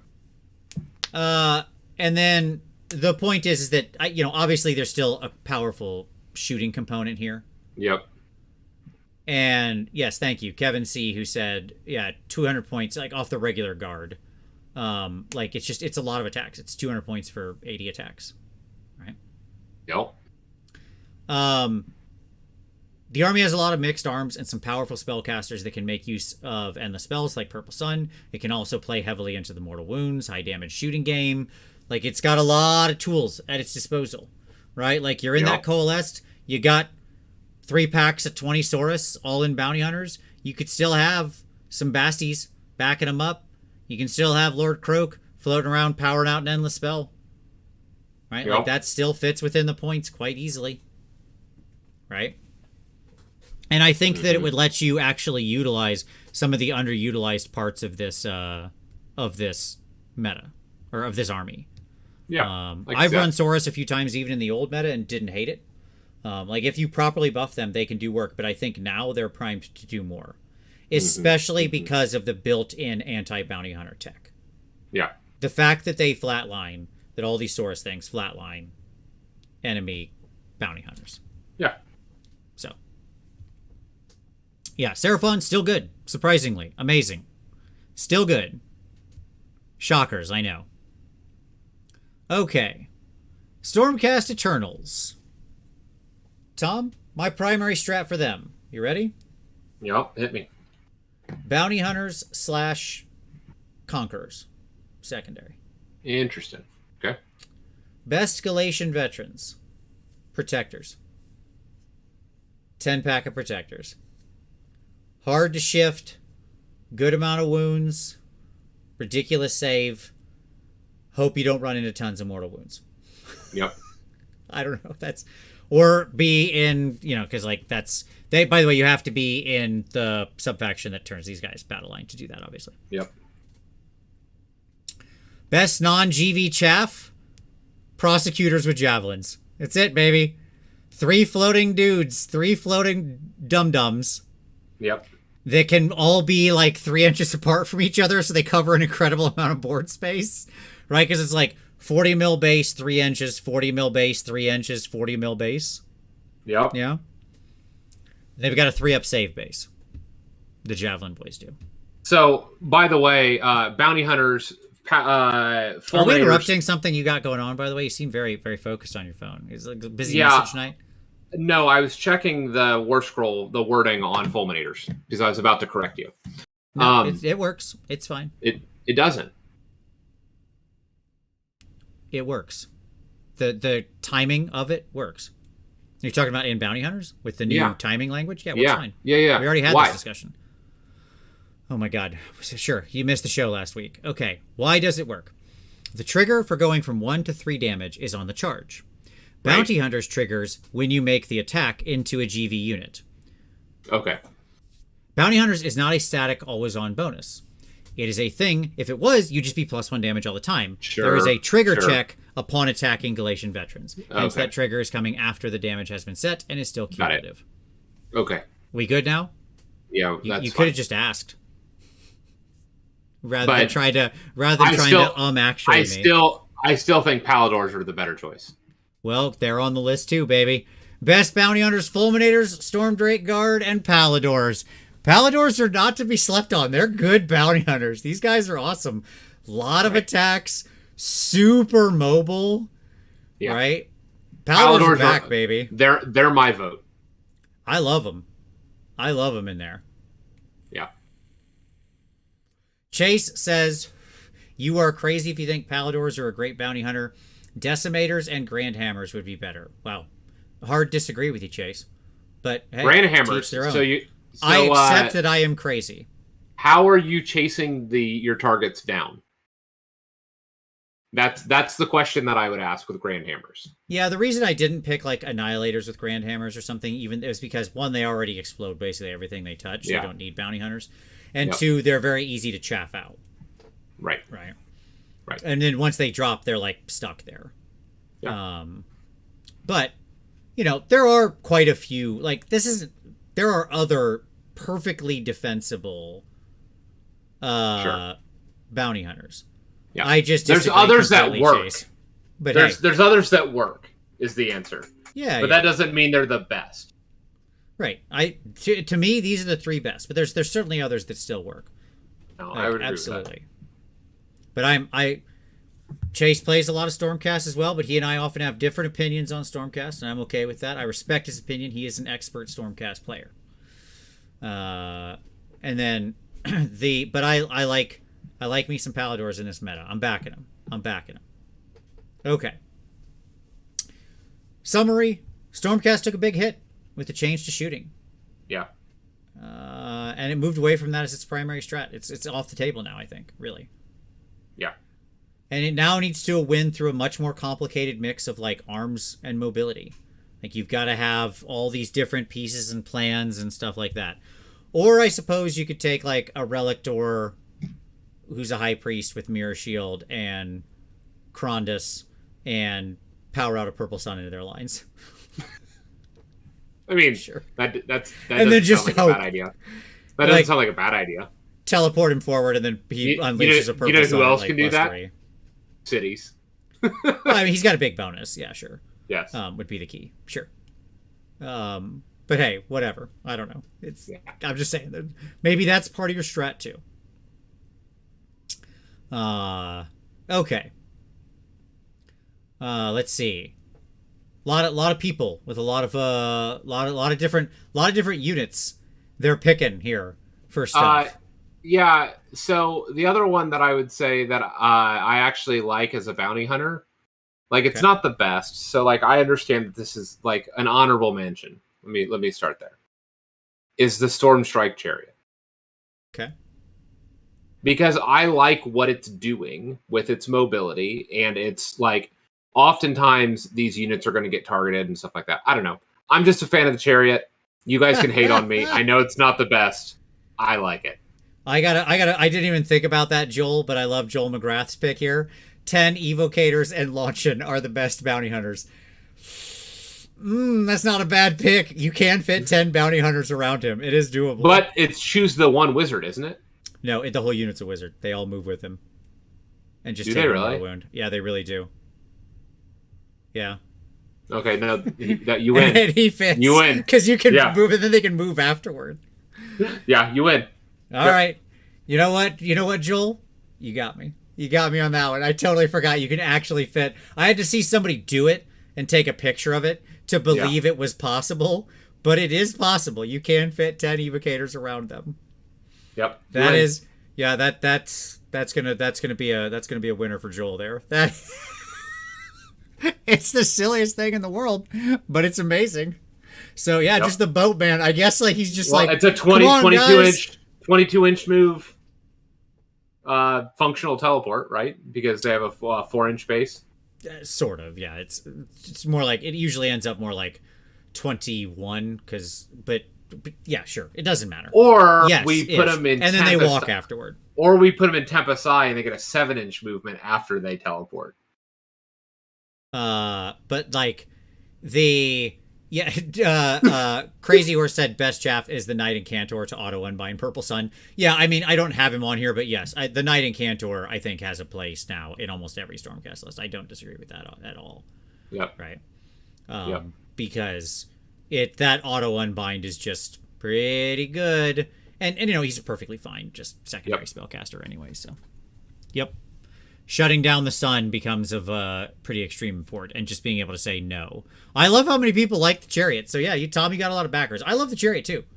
Chariot's awesome. So I got a problem with Chariot showing up in this list. Like what? So here's the deal. I wouldn't take it wouldn't be my primary bounty hunter, but if I had bounty hunter and had 2 units and was looking for my third, the Chariot might find its way in there. In general, I'm a big fan of Chariot bounty hunters in general, and we'll talk about that. Yeah. All right, last up, Sylvaneth. Bounty hunters primary, expert conqueror secondary. Okay. Best Galatian veterans, Tree Revenants. Do they win the best overall Galatian veterans in the game award? I mean, that teleport. Yeah. And they're automatically battle line. You don't have to stretch like you do with the Shadow Stonkers. But Shadow Stalkers are getting more models. Mm-hmm. Sure. And they're both... Tree Revs are also cheap, by the way. That's true. And they are like 2 wounds now. So it's like you actually get a good wounds to point ratio now. Yeah, maybe.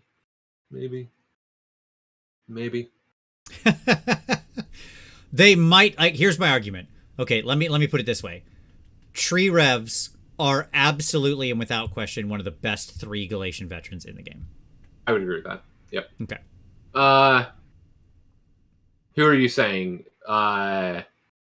Are you saying Tree Revs, Stalkers, and Chaos Warriors? No, mine would have actually been Tree Revs, Chaos Warriors, and Chain Rasps. Okay. That would have been my 3. And I don't know which one of those 3 I think is actually the best. Yeah, that's fair. Those would be my top 3 picks. Yeah. So, which we'll talk about them as we get to them. Yeah. Okay. Like, they're just so safe. It's unbelievable. The number of times that I've, tabled my Sylvaneth opponent, but exempting the 2 units of Tree Revs who that are just teleporting around taking objectives, yeah. Just always being where anywhere they want to be. They're the American Express or whatever of that. Okay, Here's a good category. Your best non-GV chaff. Woods. Okay? Just woods. Just being annoying with your stupid trees. 2, physical distance. Just actual space on the table.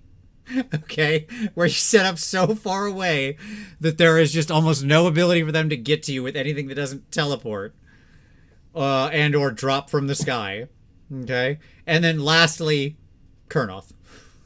So can they? I know that we weren't doing allies, but can they ally Doc? No. They kind of suck at this category. Yeah. But it doesn't matter. They're just like, this is their play style. Yes. Right? So, like, they can very safely, between the fact that they're caster, as I don't know if you watched the Sylvaneth review that we did, Tom. I didn't. That's fine. Like, they have a very reasonable combo. Okay? Sure. Like, just a very simple play where they're going to set up their Warsong Revenant. Yep. Opposite corner of wherever your army is. He's backboarded in the extremist way he can. Yep. Okay? Near your woods. Yep. And then they're going to have, like, the Ancient put or another something else woods down and then... near you. Tree Song through it. He has Arcane Tome. He'll be a triple spellcaster, right? Somebody like... because somebody turned on Cogs. Right. Or not, that's not why he's a triple caster. He's a triple caster because of the tome or whatever. Yeah. And then, so a different caster turns on Cogs. And then he wheels out a... or a double caster, I apologize. Yeah. He wheels out a Purple Sun and then wheels out a his 2/2 bomb. Yeah. His bomb. And then the Kurnoths just bounce forward. Yeah. Right? Yep. Like, it's a very scary combination. And we saw it actually go like 3rd, 4th place at a tournament over the weekend where it's just like the other one is Mathmallow running the Alarial Strike and Fade list, which was also interesting, but risky, but interesting. Yeah. But yeah, they'll like just bomb them with mortal wounds and then smash them with a thing that has no reprisal is a potent strat. Best bounty hunters, Kurnoth with scythes, because you want the attack sequence to continue, and the mortal wound swords stop the attack sequence. Yep. Spite Rider Lancers, who, obviously can just like super ridiculously be mobile, potentially pre-game moving 12 inches and then moving 14 inches after that. Yep. It's just all the mobility. And then your basic Tree Lord, just for fun. If you're in Oakenbrow, he can get in there. Sure. He's okay. He can get in to mix it up. Yeah. Yeah, it's fine. Worst GV, Battle Line Spite Revenants. Just the worst right now. So I'm sorry, Dreadwood players who really wanted to go like heavy Spite Revs. That's going to be a pass right now. That is not the strat you want in this particular season. Yep. Yes. Yeah, exactly. All right. Isn't there also a 3d6 drop 1 cast from one of the Sylvaneth seasons? It's not from the season. It's from Gnarlwood or whatever. The season gives you a reroll, like Cogs would do. Yep. You get you get mini Cogs from your or wait, no, the season gives you the 3d6, the subfaction gives you the reroll, and is it the other way around? No, the season gives you the reroll, the season gives you mini Cogs, the subfaction gives you 3d6, and then the command trait gives you better spell portal. There we go. That's how it is. Sorry, we just did this last week. I've banished all this knowledge from my mind. Okay. Summary, Sylvaneth's new book is primed to be quite powerful with lots of strong mobility tricks and the ability to hit hard and then reposition. Like, it's a tricky book. Yep. Yes. I got there, Aaron. I got there. Thank you. Absolutely appreciate the backup. All right. Chaos. Bum, bum, bum, bum, bum, bum, bum, bum. Cue Conan music that I can't use because we don't want to get demonetized. All right. Chos. The power of Chos. Here we go. Isn't that a cool corn picture, by the way? It is. That's what corn should feel like. When's the last time you saw this model right here, Tom? I don't know if you're looking at the screen, but I'm circling a slaughter brute. When is the last time you saw one of these on the table? It's been a hot minute. Mm-hmm. 8th edition, maybe? 8 years. 9 years. All right, anyways. Hey, fingers crossed. New book. Okay. Beasts of Chaos. Yeah. Bounty Hunters, some Expert Conqueror in there as well, because they have a board flood strategy. Yeah. All right. Now, Beasts are in a really interesting place. Yep. Okay. Because they have a lot of crap units. Yep. But they also, those crap units can do a surprising amount of work right now. Okay? Yep. So, here's my argument. Best Galatian veterans I'm going for the humble Ungor. All right. Okay. Now, you want to defend that at all? Sure. Just cheap? Just cheap. I don't care. Anything that touched him before killed him. Yeah. Well, enjoy your bonus damage. It's irrelevant. Yeah. Like, you overkilled them by 10 before, now you overkilled them by 20. Aren't you a big, strong boy? Sure. You know, like, who cares? Yep. Okay. Like, I'm just looking for something that exists. And they exist pretty well. Pretty cheaply, because they're like 65 points. I mean, they're so cheap. Yep. Okay. Best non-GV chaff. Centigors. Now, the reason I like Centigors over something like Warhounds or something like that is because those guys, because they're in units of 10, have to go into the bad coherency, whereas with my Centigors, I can stretch them out just completely into the normal coherency without worries about that. Yep. Makes sense. Not that Warhounds are, like, terrible. Yep. Okay. Best bounty hunters. Dragon Ogres, because they're 5 wounds, so they're not GV under any circumstance. Sure. And they make a lot of attacks. Like, Yep. you're going to take the setup that's 6 attacks base, plus their little claws, right? So it's 6 attacks in their weapons, plus their little claws. And then Zangor Enlightened, who are, like, highly mobile and also make 3 different attack profiles. No, I agree with that. And who obviously are also not, you know, GVs, and so again, because they're mounted, so can't get like, neither of those units can get struck back by enemy bounty hunters, right? Are Zangor base battle line and beast now? Or do they you're talking about like base Zangor base themselves? Zangor, or do they require a certain general? No, they require a certain general to go battle. Yeah, so I would actually say that they're a good bounty hunter as well. And the reason why is because just the raw number of attacks is going to come out at a unit of 10 of them. Okay. And you can give them the +3 movement from the Bray Shaman. So, I mean, you can get them to a decent movement. In the right herd, you could potentially ambush them. Like, there are options is the point. Mm-hmm. Mm-hmm. I think that they could be solid bounty hunters. I don't think they're the best, but I think having like a mix of bounty hunter options, like a unit of Dragon Ogres, unit of Zangor Enlightened, or 2 units of Dragon Ogres and a Zangor unit or something like that. I like those as options. Yeah. You know what's not appearing on my list anywhere here is Bestigor. And I don't think that's because I think they're bad. I certainly don't. I think Bestigor have a lot of actual potential as missiles, operating under high rend. I think they could be bounty hunters. I think they could be expert conquerors. They're sort of an interesting, not great at either, but okay at both. I think they would be a solid bounty hunter for me if you bury them in your lines and then you open up a gap and they charge through. Yeah, sure, which is generally how you use them. Yes. Like, they bust out at neg 2, neg 3, higher rend, depending on the situation. Yeah. Right? And that's not bad. Worst GV, Gore. Yep. Just Gore. Yep. If somebody wants to defend Gore for me, please, I would love it. Put it in the comments. If you're watching this later, leave a comment down below. Defend Gore. I do not know what these things do. Or why they exist. I mean, I know why they exist historically. I'm just saying, like, they've... Yep. Oof. Okay. My summary is beasts are pure offensive power right now. Pushing Rend through the roof because they have so many ways to screw with Rend. Allow them to just deliver maximal damage from bounty hunters with their high mobility. Like, they are all gas, no brakes. That's why they lean heavily into the bounty hunter strategy. But that being said, the reason I said slight EC is because you can also afford to go, like, tons of drops. Yep.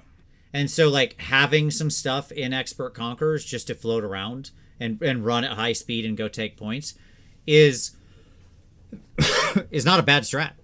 Not at all.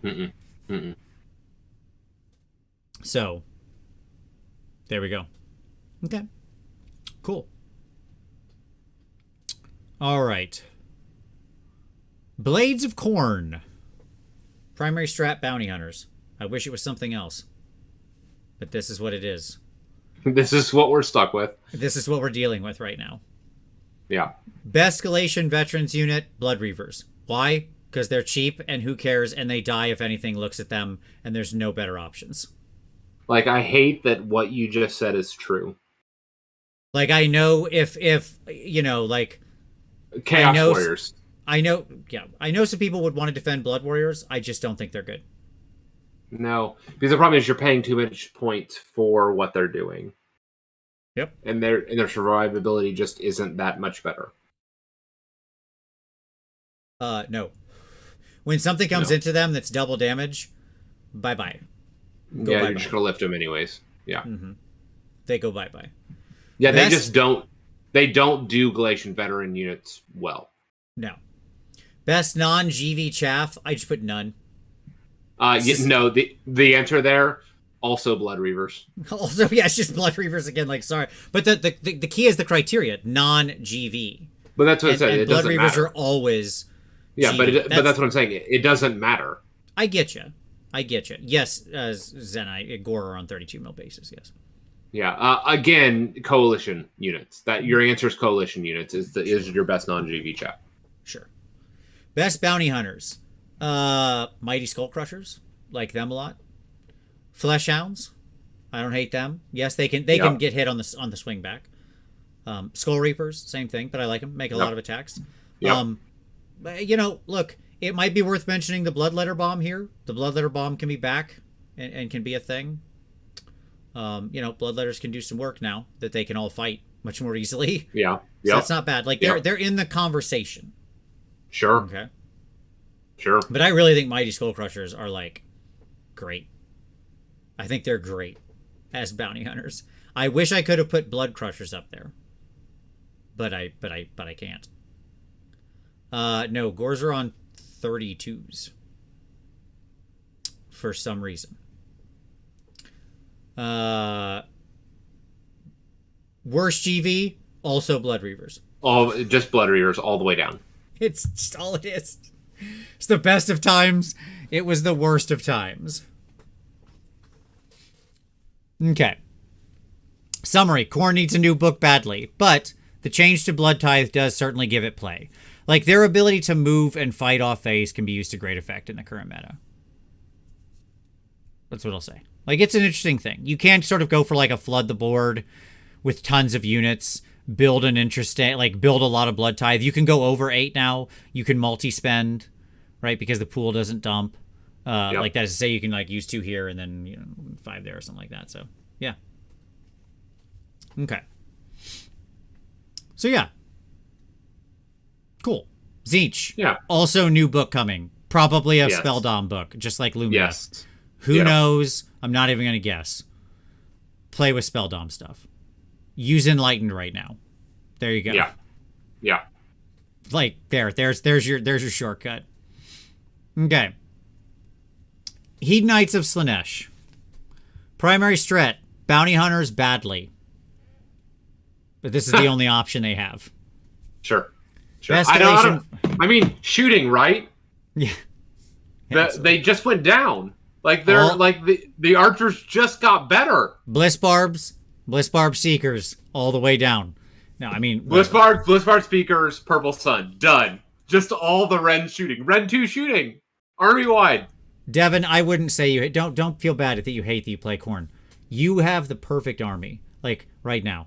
Khorne this is the best time to buy Khorne. Because what they've shown is that with books with a clear theme, like Nurgle, they make an awesome book. I have zero doubt in my mind that when the new Khorne book comes out, it's going to be just exactly what Khorne players want. What they have shown with 3.0 books is that they understand the core themes of armies and are writing the books to do those things. I would put a heavy amount of money on the fact that the Khorne book will just feel like you have been thunderstruck when you play against it. It's just going to be like... it's like you might as well cue the Mob Rules song, okay? Because it's just like it's gonna be on. Like that's what I think. Okay. Anyways, now's the time to get in on it. You can say you were there before it was cool. Mirmadesh Painbringers are your best GVs. They have a built-in bonus to save. Yeah. And they got cheaper now. So they did. Fine. The Harrower, they're going to turn Khorne into a Timmy army after making all the players Johnnies. Yes, that is going to happen. Yep. Best non-GV chaff, Hellstriders. I'll give it up here. I think Hellstriders are one of the best non-GV chaff around. 4-up base save. Good ability on the charge, like they can give somebody neg 1 to hit. Cheap for what you get. Extreme, like high mobility, 14-inch move. Yep. It's actually one of the places that shines in the army. Hellstriders are still good. So, like, as chaff, it's great non-GV chaff. Okay. Best bounty hunters, Slickblade Seekers, and Chariots. Those are my choices, Tom. Okay. They make a lot of attacks. Both these units make a lot of attacks. They're both high mobility. It's that simple. So, yeah, there you go. It's not great, but it's sort of the best on offer. I mean, Slickblade Seekers can do work. I'm not going to poop on Slickblade Seekers. I think they're a good unit. It's like 20 wounds for a reasonable amount of points that can do some good damage. Oh, the key with Slickblades, by the way, is their mortal wounds are in addition. Right. So you're just getting like the mortal wound as a kicker. They keep their bonus damage. Yeah, and I just love Chariots though, man. Whew. Yeah, sure. The Chariots are good. Again, tons of attacks. Yeah. Like very high number of attacks coming from a small base. Yep. And I think that's the key for me is the small base. That base size. Worst GV. Daemonettes by a mile. One of the worst Galatian veterans in the game. I'm not even going to defend them. Yeah, like now before in this edition? I wanted to try to make Daemonettes work, and I've been like slowly like collecting Slanesh on the sly. And I was hoping to do like a Daemonette heavy thing, and then I looked at it with this new GHB, and I was like, "Well, that's gonna have to wait 6 months." Yeah. I mean, yes, those Daemonettes continue to be only a thing you maybe summon 30 of. Right. That's it. Right. Where do Twin Souls stand? As interesting bounty hunters because they have an 8-inch move. They can get a 5-up ward either 3 or 2 rounds of the game, depending on how you alternate that. Yeah. They would be way better if that stupid ability wasn't forced into a dance. Right. Because then you could just choose every turn. Yeah. Yeah. Because, but reroll hits versus a 5-up ward does make them interesting. They are base 2 damage. They go to 3. They do make a lot of attacks. They can fight over top of each other very easily, even without the Galatian veteran rule. They were already doing that because they have a 2-inch reach. So, I don't hate Twin Souls at all. At their new price point, I think they're quite attractive. I just think if I had to choose between, like, when I've run Slanesh, I've used both Slick Blades and Twin Souls, and I think that's fine. Yeah. But if I had to prioritize, I would put the Slick Blades in Bounty Hunters before Twin Souls. Just mobility difference. Yeah. Just raw mobility. Yeah. Yep. Exactly. Heat Knights are still terribly outclassed in the current meta, even with their changes from the Tome Celestial, but their path to victory comes through maximizing damage with fast units and spreading depravity through shooting and borrowing as much as you can still from other armies. Get other army stuff in your list. Well, get those and do mortal wounds in an area, right? Like mortal wounds in an area is going to be bueno for you. So like Burning Head is actually a really good choice for you. Yeah, Bartek, you're possibly not wrong. I could have also said Blissbarb Archer since they already died anyways if they got touched and they can contribute from the back. I would accept that as a second good Galatian veteran, absolutely. Yeah, I think that's a good point, Bartek. I just have a special hatred for them. But yeah, you're not It's wrong. So funny how negative you are on them. And now they're like, what, 140 or just something ridiculous, like just dirt cheap.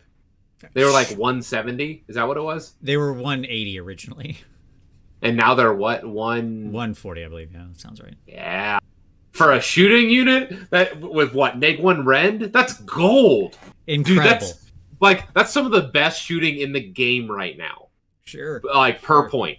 Per point. That is go look at every other shooting, how many shots at Neg 1 Rend you get in the game. And they are some of the most aggressively pointed units. And they get run and shoot. I understand. Like I said, I'm willing to put them in the best GV option. I agree. if I put Namarti Reavers in there, Bliss Barb should be in there too. That's fair. Nurgle. Magakin of Nurgle. Bounty Hunters primary, Expert Conquerors secondary. Escalation veterans. This is an area they don't have a huge amount of strength. That kind of plays against them a little bit. Yeah. But Blight Kings and Plague Bearers. Plague Bearers have a good ward save. They can get a bonus wound out of Fleshy Abundance, which can then counter the +1 damage they're eating, right? Although getting that spell requires probably somebody you don't want, but right. or something like Who's a liability in the meta? Yeah. Yeah. But Blight Kings hate getting hit by enemy bounty hunters. It's not a great day when they get hit because it's like Plague Bearers are a better bet because you have easier access to the +1 wound spell, and you're getting more wounds per cast. Sure. So I think that Plague Bearers are the better unit there. Yeah, that's I really went back and forth on this. Yeah. Only because a 20 block of Plague Bearers is 60 models. Yeah.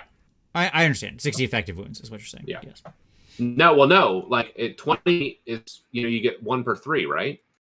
You're saying in expert. If you put them in expert conquerors, yeah. Yes, sure. yeah. So 20 is going to count as 60, and they're also going to have a comparable number of wounds. Sure. Yeah, I don't disagree. I went back and forth. The only thing that pushed me, that I really think it's probably an even discussion. The thing that makes me push back is Blight Kings can actually fight. They can. Like Plague Bearers can't fight their way out of a wet paper bag, right? Nope. But Blight Kings can slap. And if you see a lot of stuff that they can actually do their mortal wound swish on, that does up their damage considerably. Right? Yep, I agree with that. Best non-GV chaff, again, a place they don't have a huge strength. My vote is either Plague Drones or Beast of Nurgle. I actually, the farther we've went into this current book, I really like Beast of Nurgle. Sure. I really like Beast of Nurgle. Because they they play in a way that the rest of that army doesn't with their retreat and charge. Sure. And So I think that they are just wonderful. They're amazingly resilient because when there are single models like that, you have to split your attacks between multiple beasts, and the way that they pin so well, especially if there's a sloppity in the in your army. I am always impressed with beasts. Yeah, I agree. I have come around on them as well. I was pretty down on them initially as a strat, but I've come around on them. I mean, hence their inclusion in my list here, right? Yeah. Best bounty hunters, Puscoil Blightlords. Are these guys in the top 5 bounty hunters in the game? Yeah. Probably. Yeah. Probably. The Puscoils. They're so good. Now we are in a Purple Sun meta. Sure, yeah, I understand. Yeah, I get it. And that's and flies do not like the sun. That's all I'm saying. Sure, you can lose a dude. He can shoot one of your 2 guys off, which is pretty not great. But well, and also if you're normally when you're running flies, you're running multiple MSU groups of flies, and so you can hit the traditional is a 4-pack and then 2 2-packs. Yeah, 2 packs, right? And then also the Lord of Abominations is in the area. And so these are going to deep strike often with it and 1 or 2 of the units. And so if you drop the sun in the middle of there, that's 3 units, one on any of the 2 fly units or the LOA unit, and you're having a good day. You can't afford to. I mean, you don't have. One of the interesting things about them that does make them interestingly resistant to sun is their pregame move, which sounds silly, but it's not. It's actually it makes it hard to catch multiple of them together because all of them can operate quite independently. The Lord and all the Puscoils can kind of spread in such a way with the pregame move that makes sure that the sun might tick by 1 unit, but if it's only getting 1 unit, its efficacy does drop very very significantly. Indeed. Yeah. Yep. Dakubus, the whip or the spears for Hellstriders, it literally doesn't matter because they're just there to die. They don't fight anything. But it's the whip because the neg 1 to hit on the charge. So that's more useful than anything else if you happen to combo charge them in. So Assistant Ref says everybody knows bugs are drawn to the light and then die. Working as intended. Totally agree. Yeah, it checks out. And then your worst GV, and this goes to kind of to your point.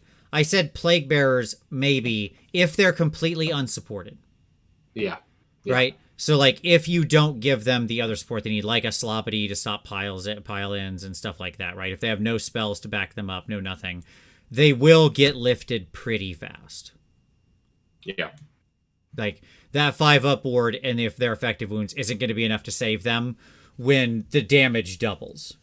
Right? Because they're getting 150% effective wounds, but if they're taking 200% damage, that's pretty easy math.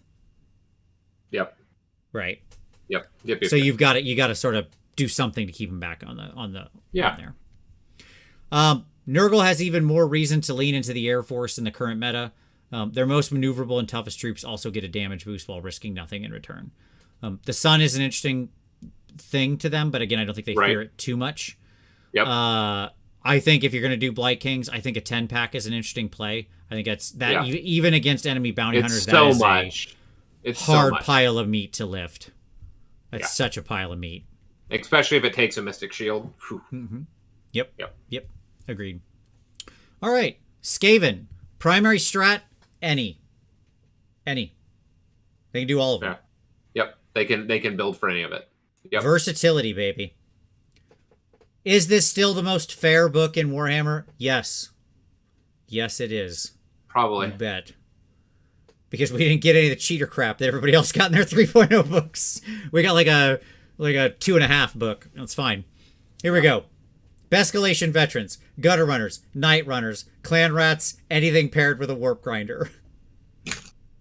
Okay. Gutter runners because they go off board and ambush in. Yep. And they can pop out of terrain within 6 inches. Right? Yep. Amazing. Or from a board edge or whatever. Yep. Night runners, cheap, and can pregame move. Amazing. They can go out and hold objectives in the pregame. Right? Yep. Clan rats, they are the best, worst unit in the game right now. Because they're 100 points for 20 wounds. They currently have the best ratio outside of, like, horrors, which are not whatever. Right? Yep. And then anything paired with a warp grinder because it's in reserve and you can just pop it up and be like, here's a million dudes. So, and they count as like 80 million things. Very fun on the table quadrants are an objective mission when you can grind them up and just be like 180. There's 180 in this zone now. Not bad. Yep. Best non-GV chaff, non-battle line night runners or plague monks. Mm-hmm. There you go. I can see that. Best bounty hunters. Gutter runners. Awesome. Yeah. Just awesome. Show up, shoot mortal wounds. They don't get the bonus damage. Who cares on their shoddy shots? Then they make the charge in. Stab. Jobs are good. Yep. Okay. Rat ogres. Incredible at damage 3 with Rend 1. Very easily on like 2s, 6s or double taps. Rend 1, 3 damage. They make mincemeat out of things. Yep. My poor Nighthawk player wheeled his black coach up to what he thought was a safe distance. It was not a safe distance. With the +3 to charge, all 4 rat ogres got into it. They flipped that thing like a car after a sports team wins a football game. They were just like, bloop, get this thing out of here. So there you go. Melee Storm Fiends. Yep. Underappreciated. The Doom Flare. Yes, that's right, Tom. A 65-point dumb thing. The Doom Flare. But it's Rend 2, damage 2 base. And it can make a bunch of attacks. And yes, it has a huge percentage chance to explode. Who cares? Who cares? Makes 7 or 8 attacks on average. On good numbers. Like 3s and 3s, -2, 3 damage in there. And it pops out. It's safe. It can't be shot because it's obviously hiding in the unit until it pops out. Right. And then if you're insane, if you are truly insane, Tom, are you ready? I am. Let's do this. Reinforced giant rats. A 12-pack of giant rats. You have my attention. Okay, here's the argument. This is 120 points, and you're burning your reinforcement points or something stupid. So you got to have like the right rest of your army consistency to do this. But, okay. Yep. They don't need to be battle line, by the way. Like, not that it matters. They don't have a save, Sure. so anything that touches them kills them. Yeah. So who cares if they're Galatian veterans or not? But it's 120 points for 12 of these idiots. Okay. Yep. Now they can fight at 12 of them. They're all fighting. Like Everybody's they're all fighting all the Sure. time because of many different rules. Yes. Because they're on a 25 mil base, because they're getting +1 inch to their reach, because of the strength in numbers, because of the Galatian veterans rule if they're battle line. I don't care. Yes. They all fight. Yes. Again, it's pretty easy to get them onto like 3s and 3s. They make 2 attacks each base. So 24 attacks. Come out of the unit on 3s and 3s. In that number of them, they're -2 rend. Okay? So, it's a little 12 pack of idiots for 120 what's their movement? points. 8 off the top of my head. That sounds right. Jeez, it's been a while since I've had to really think about the movement of giant rats.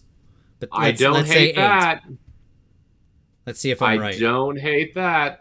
I have most Skaven scrolls completely memorized, even the new ones, but let's see if I'm right. 8 inches. Boom! Nailed it. Yes. Bravery 3, by the way.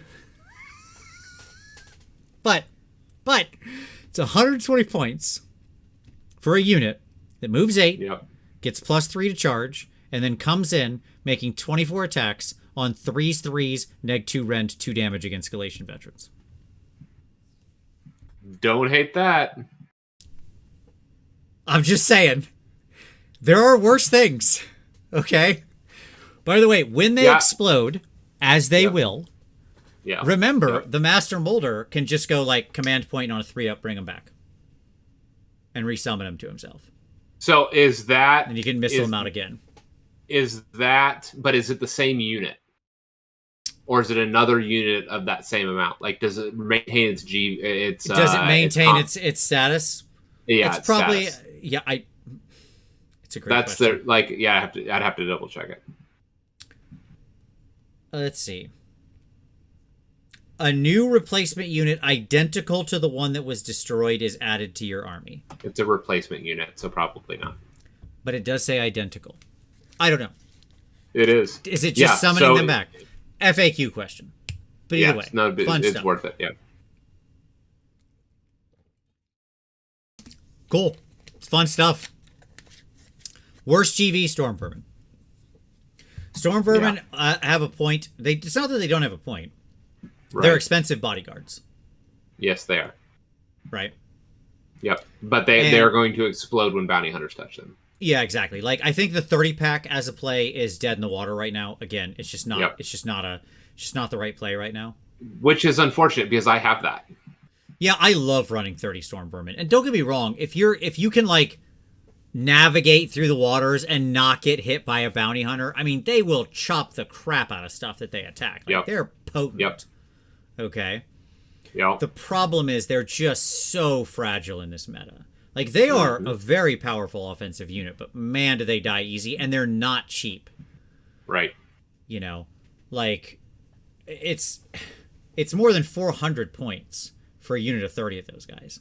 Right. And like at that point you're talking about the cost of 10 Blight Kings, which is just insane. Vincent, that's not a hot take. I hate that I forgot them off the list. Absolutely. Sensor Bears with Rabid. Yeah. Also an excellent bounty hunter. Whoa, do they slap hard. Yeah. Yes, 100%. I myself have actually used them multiple times in bounty hunters and just watched them just like just end things' existence. So I feel bad I left it on the list. There's so many good bounty hunters in Skaven. All right, anyways. Skaven have a lot of viable units, but they have to control their battle line carefully, keeping throwaway non-GV in front of hard-hitting hunters, supported by shooting and using teleporting mobility to their biggest advantage. That's it. It's like you want this mix of like shooting, conquerors, objective, hold, mobility, teleport, spellcasting. Like it's the most fair army because I really do believe it right now. The best version of Skaven is the one that plays the most fair Warhammer. Yeah, Like, it wants to play in every phase. It wants to look Yep. like a traditional army, right? It wants to have a Yep. bunch of different units doing a bunch of different things. Yep. Like a little bit of this, a little bit of that, put it all together, you get a good soup. I'm having a great time with my Skaven, by the way, but it's like super fun. I can't reach them. I may have boxes of fresh Skaven that just showed up in the mail. Fantastic. So I'm waiting just for what I those need prints, in Tom. addition to all the elves. What? Yeah, I'm waiting for those prints. Yeah, I have my request in for prints as well. You know, our 3D print request. It shows like loading right now. All right. So, boom. Last chaos. Chose.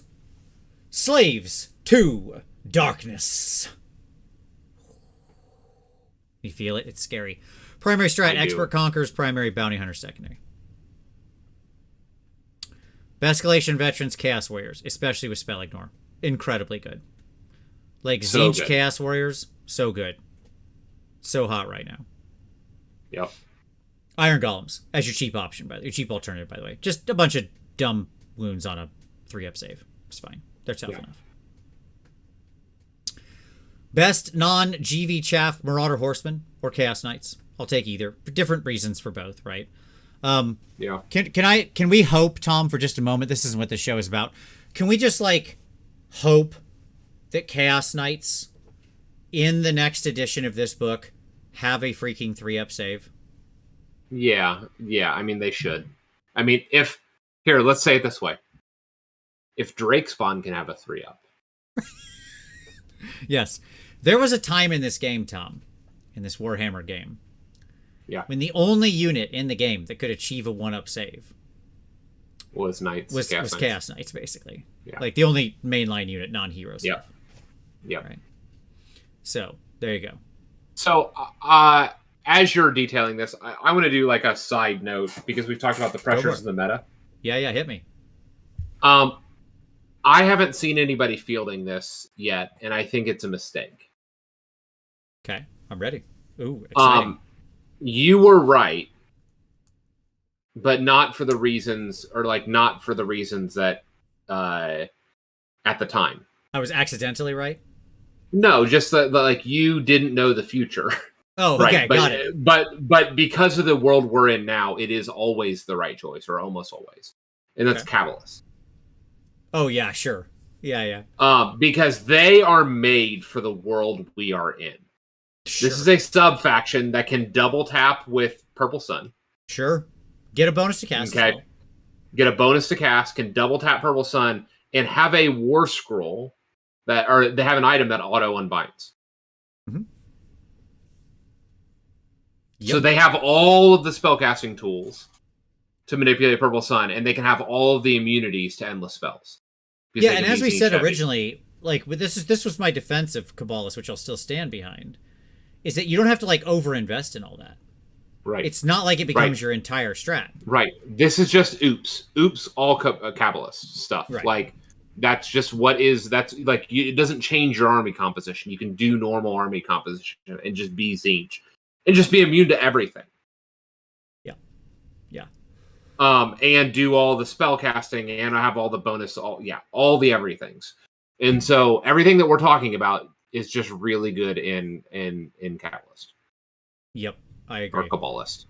Okay, so you were talking about non-GV chaff being Horsemen and Chaos Knights. Correct. Yep. Best bounty hunters. Varangard.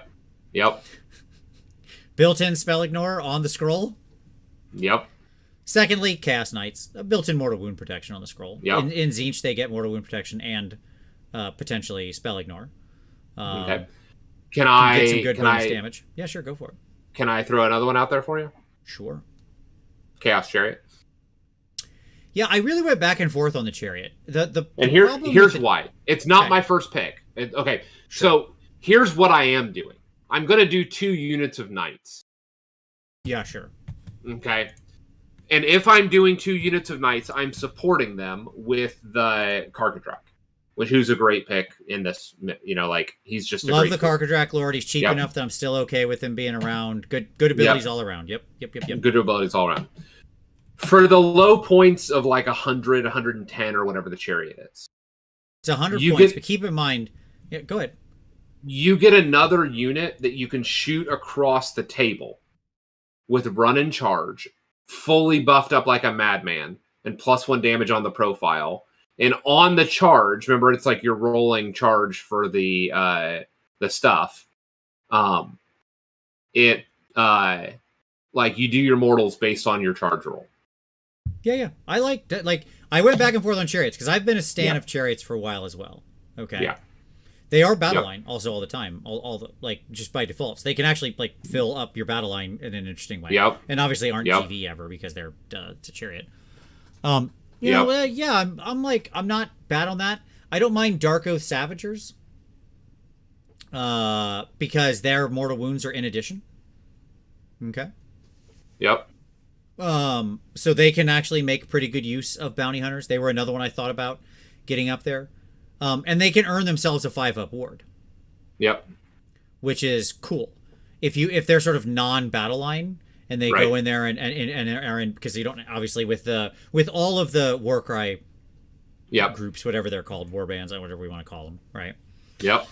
They don't have to be battle line, right? Yeah. You can make them battle line and through the gating mechanisms that are there, but they don't have to be. You can give them a different mark. You can, whatever, right? Yep. So you can actually control it at a pretty discrete level as to who's battle line and who's not.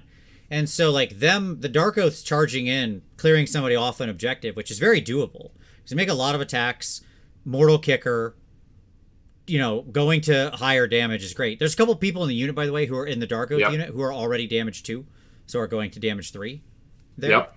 So it's a pretty offensive unit. And then if they actually clear the people off and claim the objective, boom, 5-up ward for the rest of the game. Right. Not bad. Yeah. Yeah, I like it. Yeah. Yep, Nigel, we discussed Purple Sun back at the start of the show, so don't worry. Just watch back after. You'll get the whole Purple Sun discussion as to why it's bent. Why it's king. Yeah. Like Matchbox 20's on the phone with a copyright claim because Purple Sun is so bent it's infringing on their most successful song. Okay. So, here we go. Death. I will never not use this picture for Death if I have a choice. Sure. Because it's just so good. It's one of my favorite pieces of art of all time, so get used to it. It's just incredible. This would be a fun diorama to do, by the way. Anyways.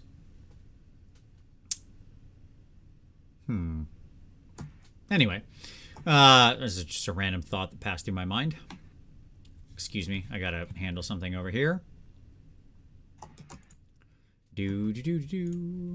Bye-bye. I don't know why this happens sometimes in our show, and sometimes it doesn't happen at all, but it's fine. It's fine. Okay, cool. Flesh Eater Courts. Their primary strat is giving into the delusion because there is no other hope. Their best Galatian veterans are Crypt Horrors, and they're bad. Their best non-GV chaff doesn't exist. Their best bounty hunters are Crypt Flayers, sort of, I guess. And their worst GV is Crypt Ghouls, their main battle line. This army is in a rough spot. I literally do not know what its path to victory is right now in this movie. So their best bounty hunters, by the way, you're wrong. Let's start there. I'm ready. Tell me I'm wrong. Because my dad, my son has been playing obviously Flesh Eater Courts, and so this is something that I thought through a little bit.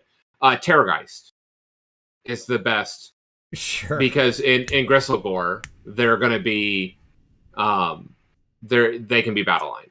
Sure. And they will eat like Gristlegore Terrorgeists will do work, right? Sure. You don't go all in like you used to. You don't do like four things or whatever. I went back and forth on whether or not he was the pick instead of Crypt Flayers. I really did. Okay. In the end, I picked Crypt Flayers because they also have a shooting attack that can sometimes do something, and they make a lot of attacks. But they're going to blow up. I don't disagree. I don't think the Terrorgeist isn't going to blow up. Everything in this army blows up. It's all weak, low armor stuff that dies. At least my Crypt Flayers with the new are knights, and so with the new Tome Celestial, I can heroic action them back into back to refill the unit. Sure. Right? If the unit survives. Yep. If the unit survives, which is like, okay. Yes. Right. It's a real question. Yep. Yeah, like my final thing is, I guess, ally a Mega Gargant and hope for the best. Like, I don't know what this army does to win in this meta. Right. It has to be the current weakest army as far as playing in this strat. Yeah, I would agree with that. Yeah, like I just... Yeah, I would. It is so badly positioned right now. Yeah. Yeah, I mean, that's the beginning and end of that. Night Haunt. Going from one of the worst to one of the best. Primary strat, Expert Conquerors. I submit they're the best Expert Conqueror strat in the game. Yep. Okay. Bescalation Veterans, Chain Rasps, especially, plus a Cruciator. Or two. Or two, sure. That's fine. I mean, even one will still get them the title. Now you're putting a hat on a hat sometimes, but still, I understand. With two, you're just laughing at Kragnos. Yeah, like nobody breaks those guys. Like, Chain Rasps are incredible. They can be put in reserve. They can pop up. You have teleport options around. You know, they can be boatmen. They can have a 5-up ward. They can be refilled in just like incredible numbers. They're like, yeah, they're great. They're unreal good Galatian veterans. Yep. 5-up, baby. Yep. It's what it is. Best non-GV chaff. I thought about this a lot. I gave it to Hex Rates. Because they can act like that chaff, and then if they stick around, if you don't need to actually chaff them, they're amazing, like, late game grab pieces with their, like, super move ability. Right. Bounty Hunters is a little bit tougher because this isn't an army that, like, really leans into damage. But I picked Hex Wraiths and Bladegeist Revenants. What do you think about those two, Tom? I agree, actually. Okay. It's funny because the other one that I would say, if not Bladegeist, is I'm still really partial to Mirrormorn. Yeah, I think we're going to be your... Mirrormorn and or Dreadscythe Harridans, right? Sure. Like, I think that all of those are interesting because, like, Mirrormorn go to damage 3, but you just don't have enough models to actually, like, you know, like, you're only getting 8 attacks out of 4 models. Sure. Where Harridans, you're getting 40 attacks out of 10 models. Sure. Yeah. And on 3s and 3s. And so, like, I think it's a toss-up between either Bladegeist Revs or Harridans. And it's going to be based on where you're at, right? Like, what you're in. Like, I'm really tempted, like, one of the lists that I've been kicking around for NashCon is actually to do Quicksilver, which makes the Harridans... makes the Harridans battle line, which normally that would be a bad thing. But you have the ability to completely negate that in Night Haunt. So you get to ignore the vulnerability. I mean, we should state that one of the reasons Night Haunt plays so powerfully is because they do have this Cruciator moron who's floating around negating enemy, basically effectively negating enemy bounty hunters. Right. And in Quicksilver, you're going to run... These dudes are going to be 40 attacks on each, like, and it's going to regularly you're going to be 3s and 3s, rend however much rend you give them from Purple Sun and everything else. Sure. And they're damage 2, you know, against sure. as a bounty hunter, and they're ignoring ward saves. Sure. Yeah. So, which like, it's not nothing. You're absolutely right. That ignore ward saves in Quicksilver is an interesting kicker. It really is. Like it's something that, like, I've thought long and hard about my alt list being like the anti-Nurgle, just eating ward saves, or, you know, somebody running like anyways, because like things will just explode, right? Yeah. Like, even if they're on 1 damage, you put them into like Blight Lords or something, you think about that kind of profile. Once you cut their ward save out, they're still doing incredible damage to units like that. Right. Yeah. So I'm kicking around doing. So I say that to say, like, I think that because I think Harridans actually have a really interesting role as bounty hunters. Sure, I could see that, absolutely. So Worst GV is Grimghast Reapers for me. Just because they get lifted too easily for what they're doing versus their cost. Like basically it's the cost plus what are they doing ratio here that just doesn't work for me. For Grimghast. I don't think they're like terrible, don't get me wrong. Yeah. Yep. I just think they're the worst of the sort of GVs. Summary, Nighthaunt I think are extremely well positioned in this meta. They have some of the toughest expert conquerors, extreme mobility, heavy penalties, right? Incredible heroes with even powerful abilities. And they can power out endless spells. Like, they can power out their own sun pretty good. Well, no, they can do it automatically. Sure. I don't even, like, let's not even necessarily say that, right? No, but what I'm saying is they have the ability to let them just straight power it out. Totally agree. But that might be more commitment than you want. You could also just have That's an item. I no, that's an item. I know it's an item, but that might be an item slot you want to be using for something else. Even just Reichnor, who is going to often end up in a lot of lists, being such a powerful caster is good, right? Yeah.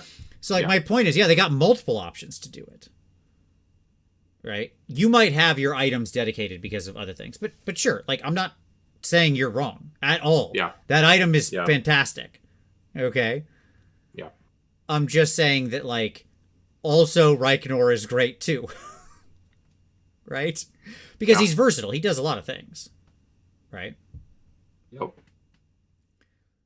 So yeah, I mean, like, Nighthaunt are just so well positioned here in so many different ways. Yeah, I love them so much right now. Sure. Yeah, it's a strong army right now, for sure. For sure. Yep. Yeah, I understand what you're saying, Ramon. I do. I'm not claiming it's as good for the purpose of forcing out a purple sun. I'm saying Reichnor is quite a versatile piece that you might include anyways. So if your artifacts are pre-dedicated, like Reichnor's doing more. I'm not basing his value solely on he can cast endless or purple sun well. Right. No, Reichnor is just a wonderful utility piece, which is the key. Like he can be where he needs to be. He's mobile. He's damaging enough. He's like, he's a good caster. He can, if he needs to, randomly, he could snuff a candle to just kill somebody at random if they had a wound left, right? Like, he's just a very versatile piece, right? He is. Yeah. He is. I'm a huge Reichnor stan. Like, I wouldn't put a Nighthaunt army on the table without Reichnor. That's my take. That's so funny. That makes two of us, and yet so many people don't run Reichnor. It's fascinating to me. So, there you go. Yeah. Chris H. Tom, do you think reinforced units of Mirmorns are worth it now to eat purple suns? I don't know.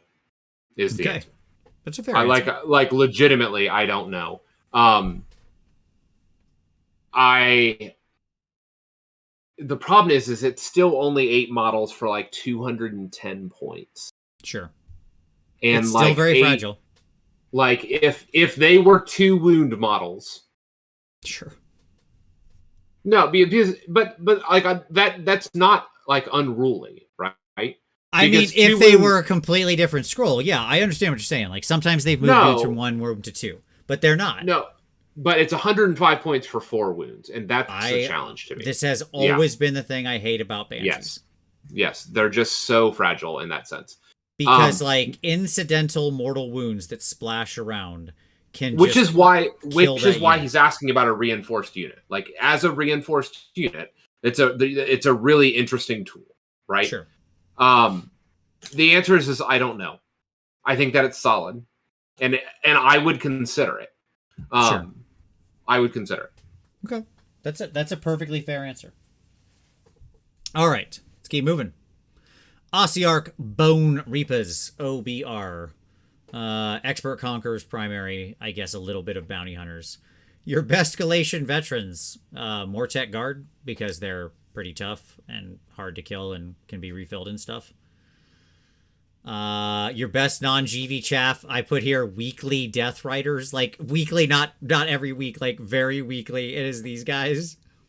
They're so expensive for what this is. Like, that's way too expensive chaff, right?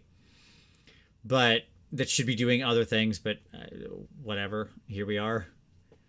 Your best bounty hunters, Necropolis Stalkers, now with their new sort of capabilities. I think Necropolis Stalkers are sweet.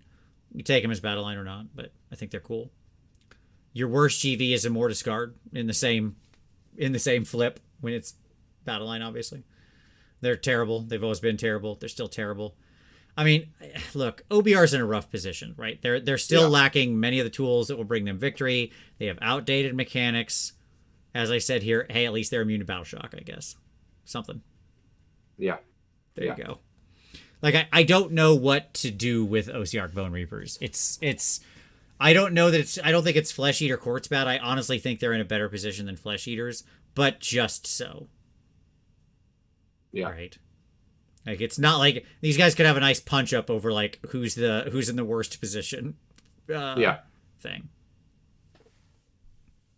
Okay.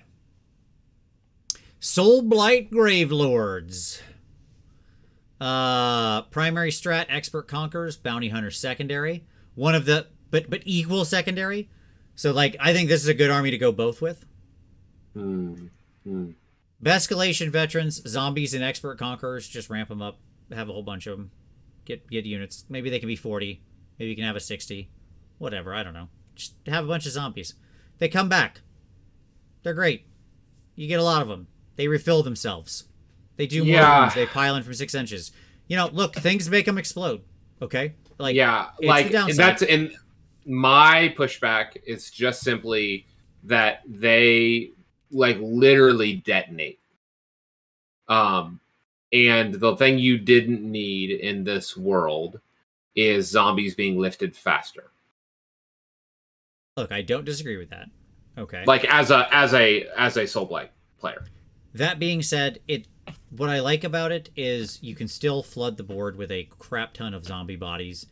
And when they're in EC, they really, really, really have to be paid attention to. And it's not like you invested that much points into these guys. Like, they're still, the second best sort of body wound ratio. Yep. Or point wound ratio, sorry. And, like, it makes your opponent fight stupid crap. They have to lift them. Yes, you have to lift them. Right. You have to commit to them and lift them. Yes. Yeah. I mean, I just think they're an interesting choice in there. Okay. I agree with that. Yeah. Now, part of the thing is, I think that you can use them effectively because you do have actually quite good non-GV chaff. Right? Yes, everybody, I know zombies just melt. We all understand that. Okay? I get it. Yep. But it's their versatility that I like. And look, if somebody wants to fight me, I'm cool with it. I like the different opinions because I would love to see the experimentation on this and know which one where the cream rises to the top. This is my pick, but I can totally see the defense of the other direction. I really can. Yeah. It's like I'm not going to die on this hill. Black Knights are incredible non-GV chaff. They are. Yeah. Again, cheap, good bodies that are there, right? Totally agree. Best bounty hunters, Blood Knights. I just think they're killer in bounty hunters. I just think they wreck. Like, they lifted before. It's hard to tie them down. They can just walk away from things. Yeah, go fight and you can make them on a 1+ unrendable save. They're pretty good. Micah, saying that just makes me want to say it more. The cream. All right, so Death Rattle, worst GV. I've picked Death Rattle Skeletons, which there are some people in our chat who are going to be very angry about that. They want to flip it. Tom. They want Death Rattle up at the top, zombies down at the bottom. I like Death Rattle as because you're going to get half of them back when you activate. Yeah, I get that. My fear is they won't ever get to activate under a double damage world. Maybe. I mean, they're going to be at a 6-up reroll ones for the ward save. Like, assuming their armor gets rended off. Yeah, sure. Yeah, I would put Bounty Hunter or Blood Knights, by the way, as one of the, like, again, they would be another one of my probably top 5 bounty hunters in the game. I just think they're I agree with that. I agree with that. So yeah, I think the argument between zombies and death rattle skeletons is going to continue. This is my pick, but certainly yours might be the opposite direction. Yeah, I think the problem with skeletons is you can't get them in blocks of 60 like you can with zombies. I think that's the point that you have going for you, Vince. I mean, again, we'll see. We'll see how it works out. Okay. Mike coming in with Vargeist do 3 damage with exploding 6s and bounty hunters. Yeah, I suppose. Sure. I suppose. Either way, here's what I'll say. I think the summary for me with Soulblight is I do think it's a very competitive army. They have lots of tools. They have lots of tools. I think that they can easily make use of both battalions, having mass amounts of bodies in EC, whichever one you like, by the way. Skeletons or zombies, I don't care. Like, pick your thing. Yeah. Yep. You know what? You're absolutely right, Robert. That one we're in agreement on. I should have also said Graveguard in Bounty Hunters. No, I agree. Graveguard are fine as bounty hunters. They don't move fast enough for me, but I think that they're valuable. When they get in the mix, they're going to throw damage. I completely agree with you, Robert, on that one. That one we are aligned on. I do think, I do think that good bounty, like Graveguard, are also awesome bounty hunters. Yeah, totally agree. No pushback on that whatsoever. You're absolutely right. They should be in there. Yep. But yeah, like, so they can have a bunch of bodies in EC to threaten hold points, including keeping them in reserve, returning them, blah blah blah. Yep. They can have hard hitting bounty hunter to come over the top and counterpunch. They can chaff. They can didn't even mention things like stupid fell bats or whatever to chaff because Black Knights cover more space. But yeah, like you can really have this sort of successive layers play working in both battalions. That can just like be a very, very, very versatile force. I think Soulblight are good. They're like, they are, in my mind, the discussion of death is completely bifurcated. Okay? In that Nighthaunt and Soulblight are both good, competitive, play well in the current meta, and you can have success, right? Maybe, I don't know which one's better. I'd probably say Nighthaunt's a little stronger right now, but still good. Like, Soulblight, if they're missing it, it's like, again, just by a hair, right? Yep. And then Flesh Eaters and OBR are just like down at the bottom.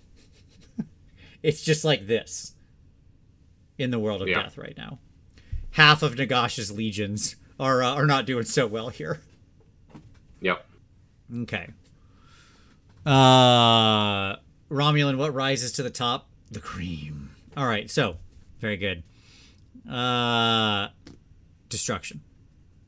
Finally, we saved the best for last. Let's do this. Destruction. Tom, are you excited about Destruction?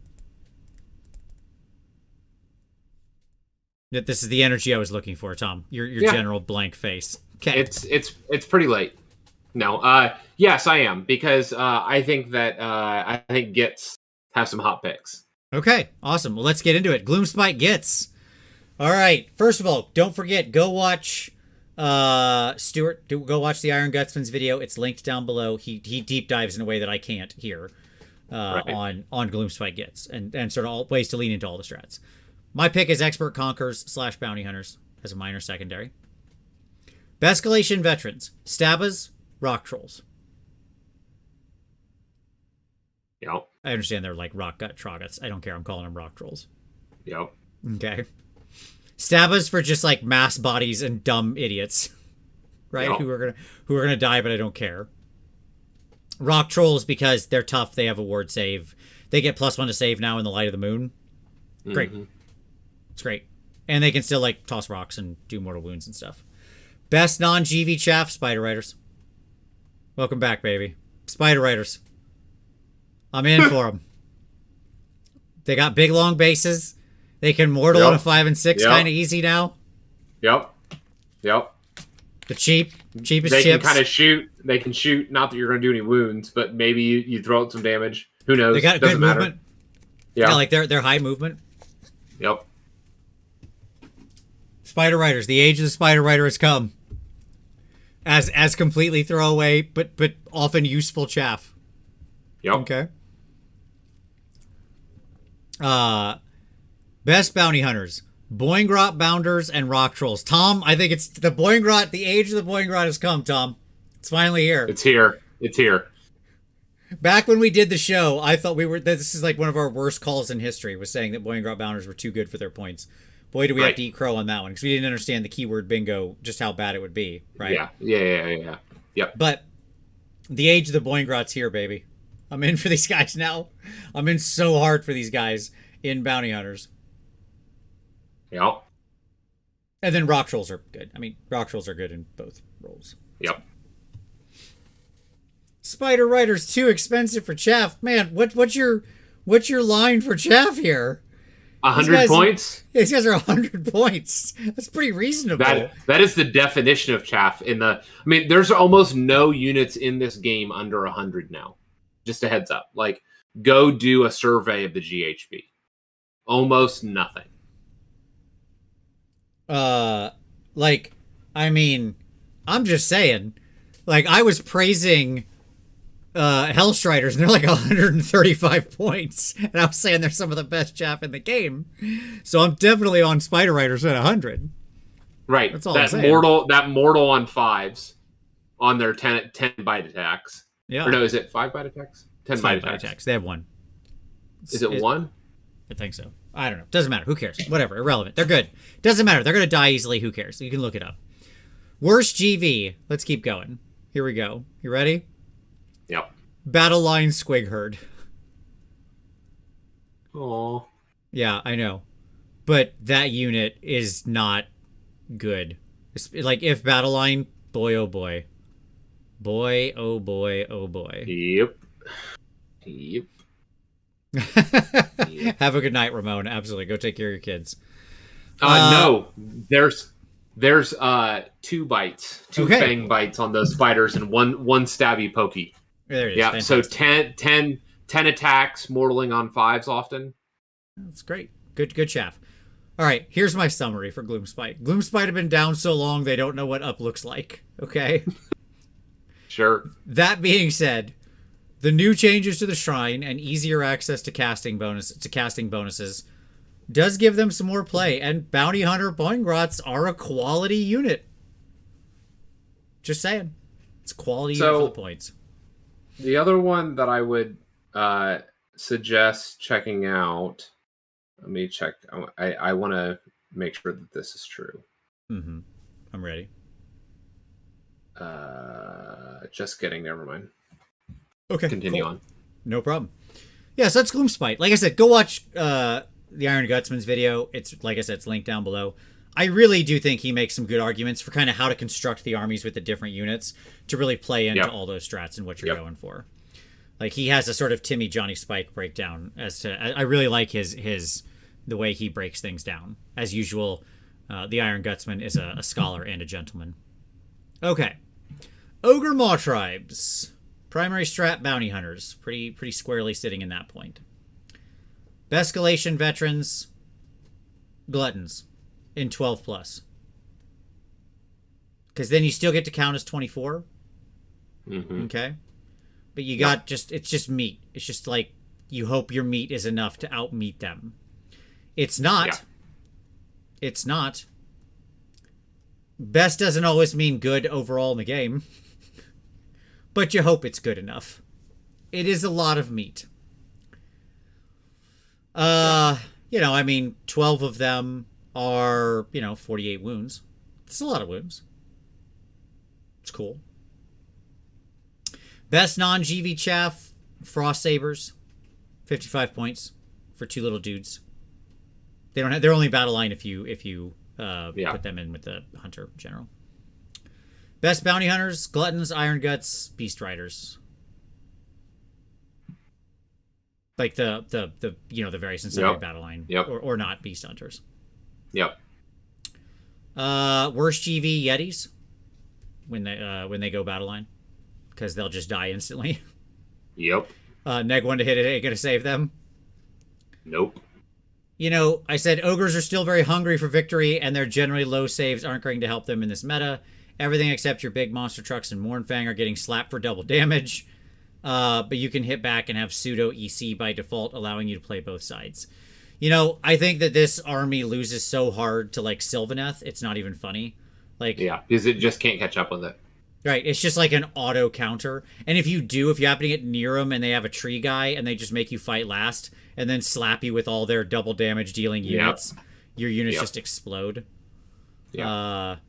Oh, stop it, the Kraken. That's not true at all. That hurts my soul. I wish that was true. I wish man-eaters had any place in the discussion ever. So, but yeah. So, Bartek said the best GV is Frost Sabers with the 100 Generals since they dropped down. I could see that argument, because at least then they're off table. Honestly, I could see that argument, Bartek. Yeah. Amazing. Yeah. Marcus says winner for worst model and worst GV in the Ogre range, go see Yetis. I do not disagree with that at all. Okay. That's why we have a 3D resin printer. Yeah, sure. Auric War Clans. Primary strat, bounty hunters, obviously. Bescalation veterans, brutes, because they knock other wieners off of the points. Yeah. And then Hobgrots, if you're in that world, because they're just cheap nonsense. There to die. Yeah. Again, it's just cheap nothing. Okay. Yep. Best non-GV chaff, Hobgrots, Ardboys. Hobgrots who, when they aren't battle line, just being dum-dums out there to be in the way. And then Ardboys. Even though they are Galatian veterans, I know, so I'm breaking my own rules, but I had to pick something from Iron Jaws, and the problem is so much of their army is just automatically battle line. Yep. I am aware, everybody, that they are battle line. Best bounty hunters, Pigs and Big Stabbas. Big Stabbas. Big Stabbas, baby. They're back because now they got the 6s or double taps. They're back in the mix. Big Stabbas are amazing in bounty hunters.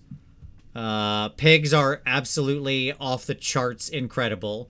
Super mobility, easily shoot to damage 3, wild quality on pigs. Yep.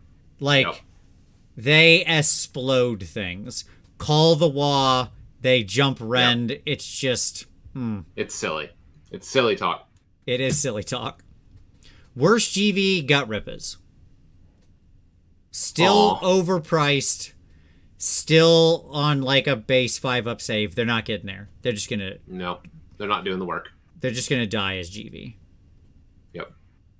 So. But the Harrower says Gut Rippers are amazing bounty hunters, 2 mortal wounds on a 5+. I just don't buy it. I don't buy it because part of bounty hunters isn't just your ability to do damage, it's your ability to like deliver that damage and or live. Right. Just having good damage isn't enough. And I just think Gut Rippers are just way too fragile to be anything in bounty hunters. Yep. Like, pigs are relatively tough. Their wound to point ratio is still very solid on a 4-up save. And they're so fast, they can just be like, just on the other side of the world and then come screaming in and slap you. Right? Yep. How do pigs compare to Blood Knights for the top slot? I don't know. They would be in my top 5. Like, pigs would be up there with Blood Knights in my top 5. Yep. The mobility on them is so wild. So it's hard to rate. Never mind the fact that you can off-turn charge. Yeah. Right? Like, so... Yep. Rend 3 damage pigs coming in from more than 24 inches away sometimes or something is just a very hard unit to deal with. Yep. It is. Okay. Sons of Behemoth. Oh, sorry, I didn't do my summary for orcs. Call the Wall, boys. It's on. There's my summary. Like, it is on. It's on like Donkey Kong. You are built for this. Like, Iron Jaws are great. And right now with the changes, honestly, I can't believe I'm saying this, but the Savage Boys are back in the mix too. It's really just Cruel Boys that are missing out. Like I think Cruel Boys have the least play. They got even though nobody bothered to write any rules for all the Savage Orcs, they're right back. They're right back in the mix. You can't keep them down. They just wad and charged right back into the mix. Okay. Sorry. Sons of Bahamut. Primary strat, survive. Best Galatian veterans, none. Best non-GV chaff, none. They don't have these things. This doesn't exist in this army. Best bounty hunters, they're only one, man crushers. Worst GV, none. They don't have any. Nice. Sons largely doesn't get to play in this new meta. Like Caradron Overlords, they're just not... This isn't... All of these rules are just square peg, round hole. Okay.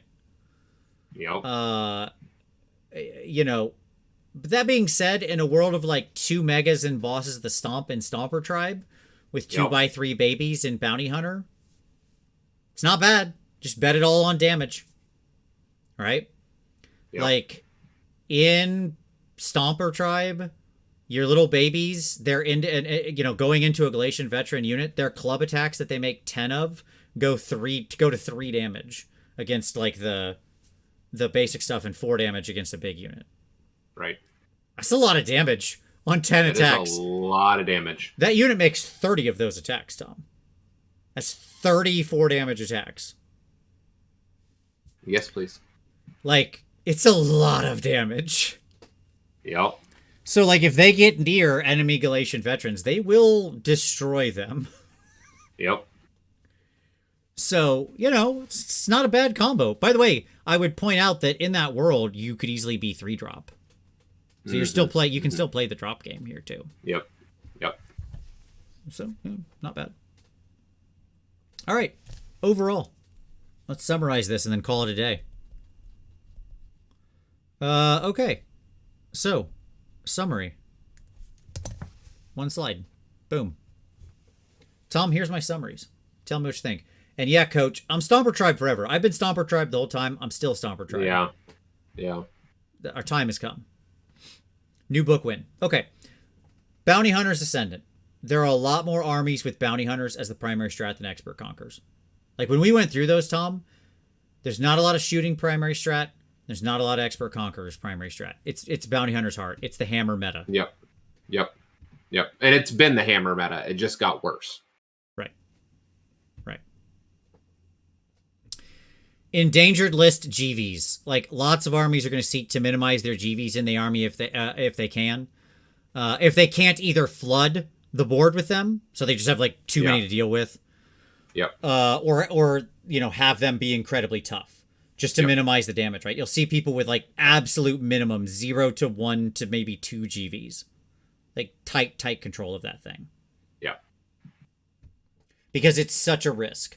There's going to be a lot of bounty hunters out there looking for bounties to hunt and not enough bounties to go after. Yeah. Right? Like, I've already had games where everybody was trying to minimize their GV so heavily that our bounty hunter ability basically never triggered. Wow. Because it just wasn't around. Like, the opponent had only Tree Revenant. Wow. GVs, right?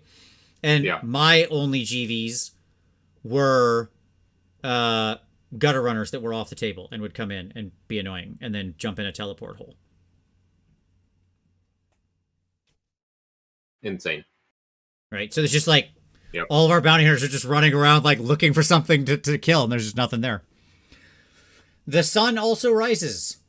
Purple Sun is so powerful that it can single-handedly warp the whole meta around it. It makes playing expensive God Monster Heroes 300 points a dicey proposition, just like I said at the beginning of the show. Yep. Which means tough and elite, right? Like, on balance, on average, right? Yep. The units that will shine are the units that are tough, elite, and can lose a model. Like, units that come in, like, 2 and reinforced to 4, or 3 and reinforced to 6, and could do a lot of heavy lifting. There's plenty of exceptions to that. Okay. Like 510 and protectors we mentioned earlier or something, you know, like there are things out there that are going to be exceptions to that. Of course. Yeah. You mentioned like the 10 pack of your stabby girls. Yeah, the Harridans. Jet Scythe Harridans in Nighthaunt, right? That's a good exception. Like there are exceptions around. I'm just saying, like, if you took the whole thing, dumped it together, and got what the average was, it would be that kind of like elite thing. They don't mind losing a model of Purple Sun. They can withstand that and still be effective often. Yep. They hit hard. They make lots of attacks. They benefit highly from bounty hunters. They're rarely bounty hunters. They're rarely Galatian veterans themselves, or can control their access to that thing because they're often optional battle line, right? Yep. And yeah, so like that's the meta to me. Right? That's what it looks like. Yep. On average. Yep. So yeah, there you go. Anything That's I missed, good. Tom? No, I think that's a pretty good descriptor. Like, it's funny because, like, it makes me want to. I know this is kind of like a side hand commentary. Like, we're talking about competitive, but I think some formats, like what NashCon does with their 2-list format, I think that type of format would really shine in this type of GHB, where there's so many moving parts. And like counters and hard counters, it accentuates the 2-list format. Yep. And so I just wish that more events did stuff like that. Is what I would say. I agree. Yeah. All right, folks. Well, that's the end. There we go. We did it. Hey, if you didn't hit like yet, you should do that. Hit that like button. This was, a fun show. We had a lot of good times talking about every army. This is value. You can hit like for that. You can also subscribe if you haven't already. We appreciate it. Those are all free things you can do that help other people find the show and support the channel. If you want to support the channel with your dollars, there's a Patreon down below focused on the hobby, review, and feedback. So you can join that. That's really if you're into the painting and the hobby side, that's what that's all about. You can join an awesome Discord community full of enthusiastic hobbyists. There's also an affiliate link down there for Element Games. There's also a merch store down there. You can pick your Team Tyler or Team Tom. You can back your team. But as always, share it, tell your friends, watch the show. Thank you so much. We really, really appreciate it, everyone. As always, we'll see you next Wednesday.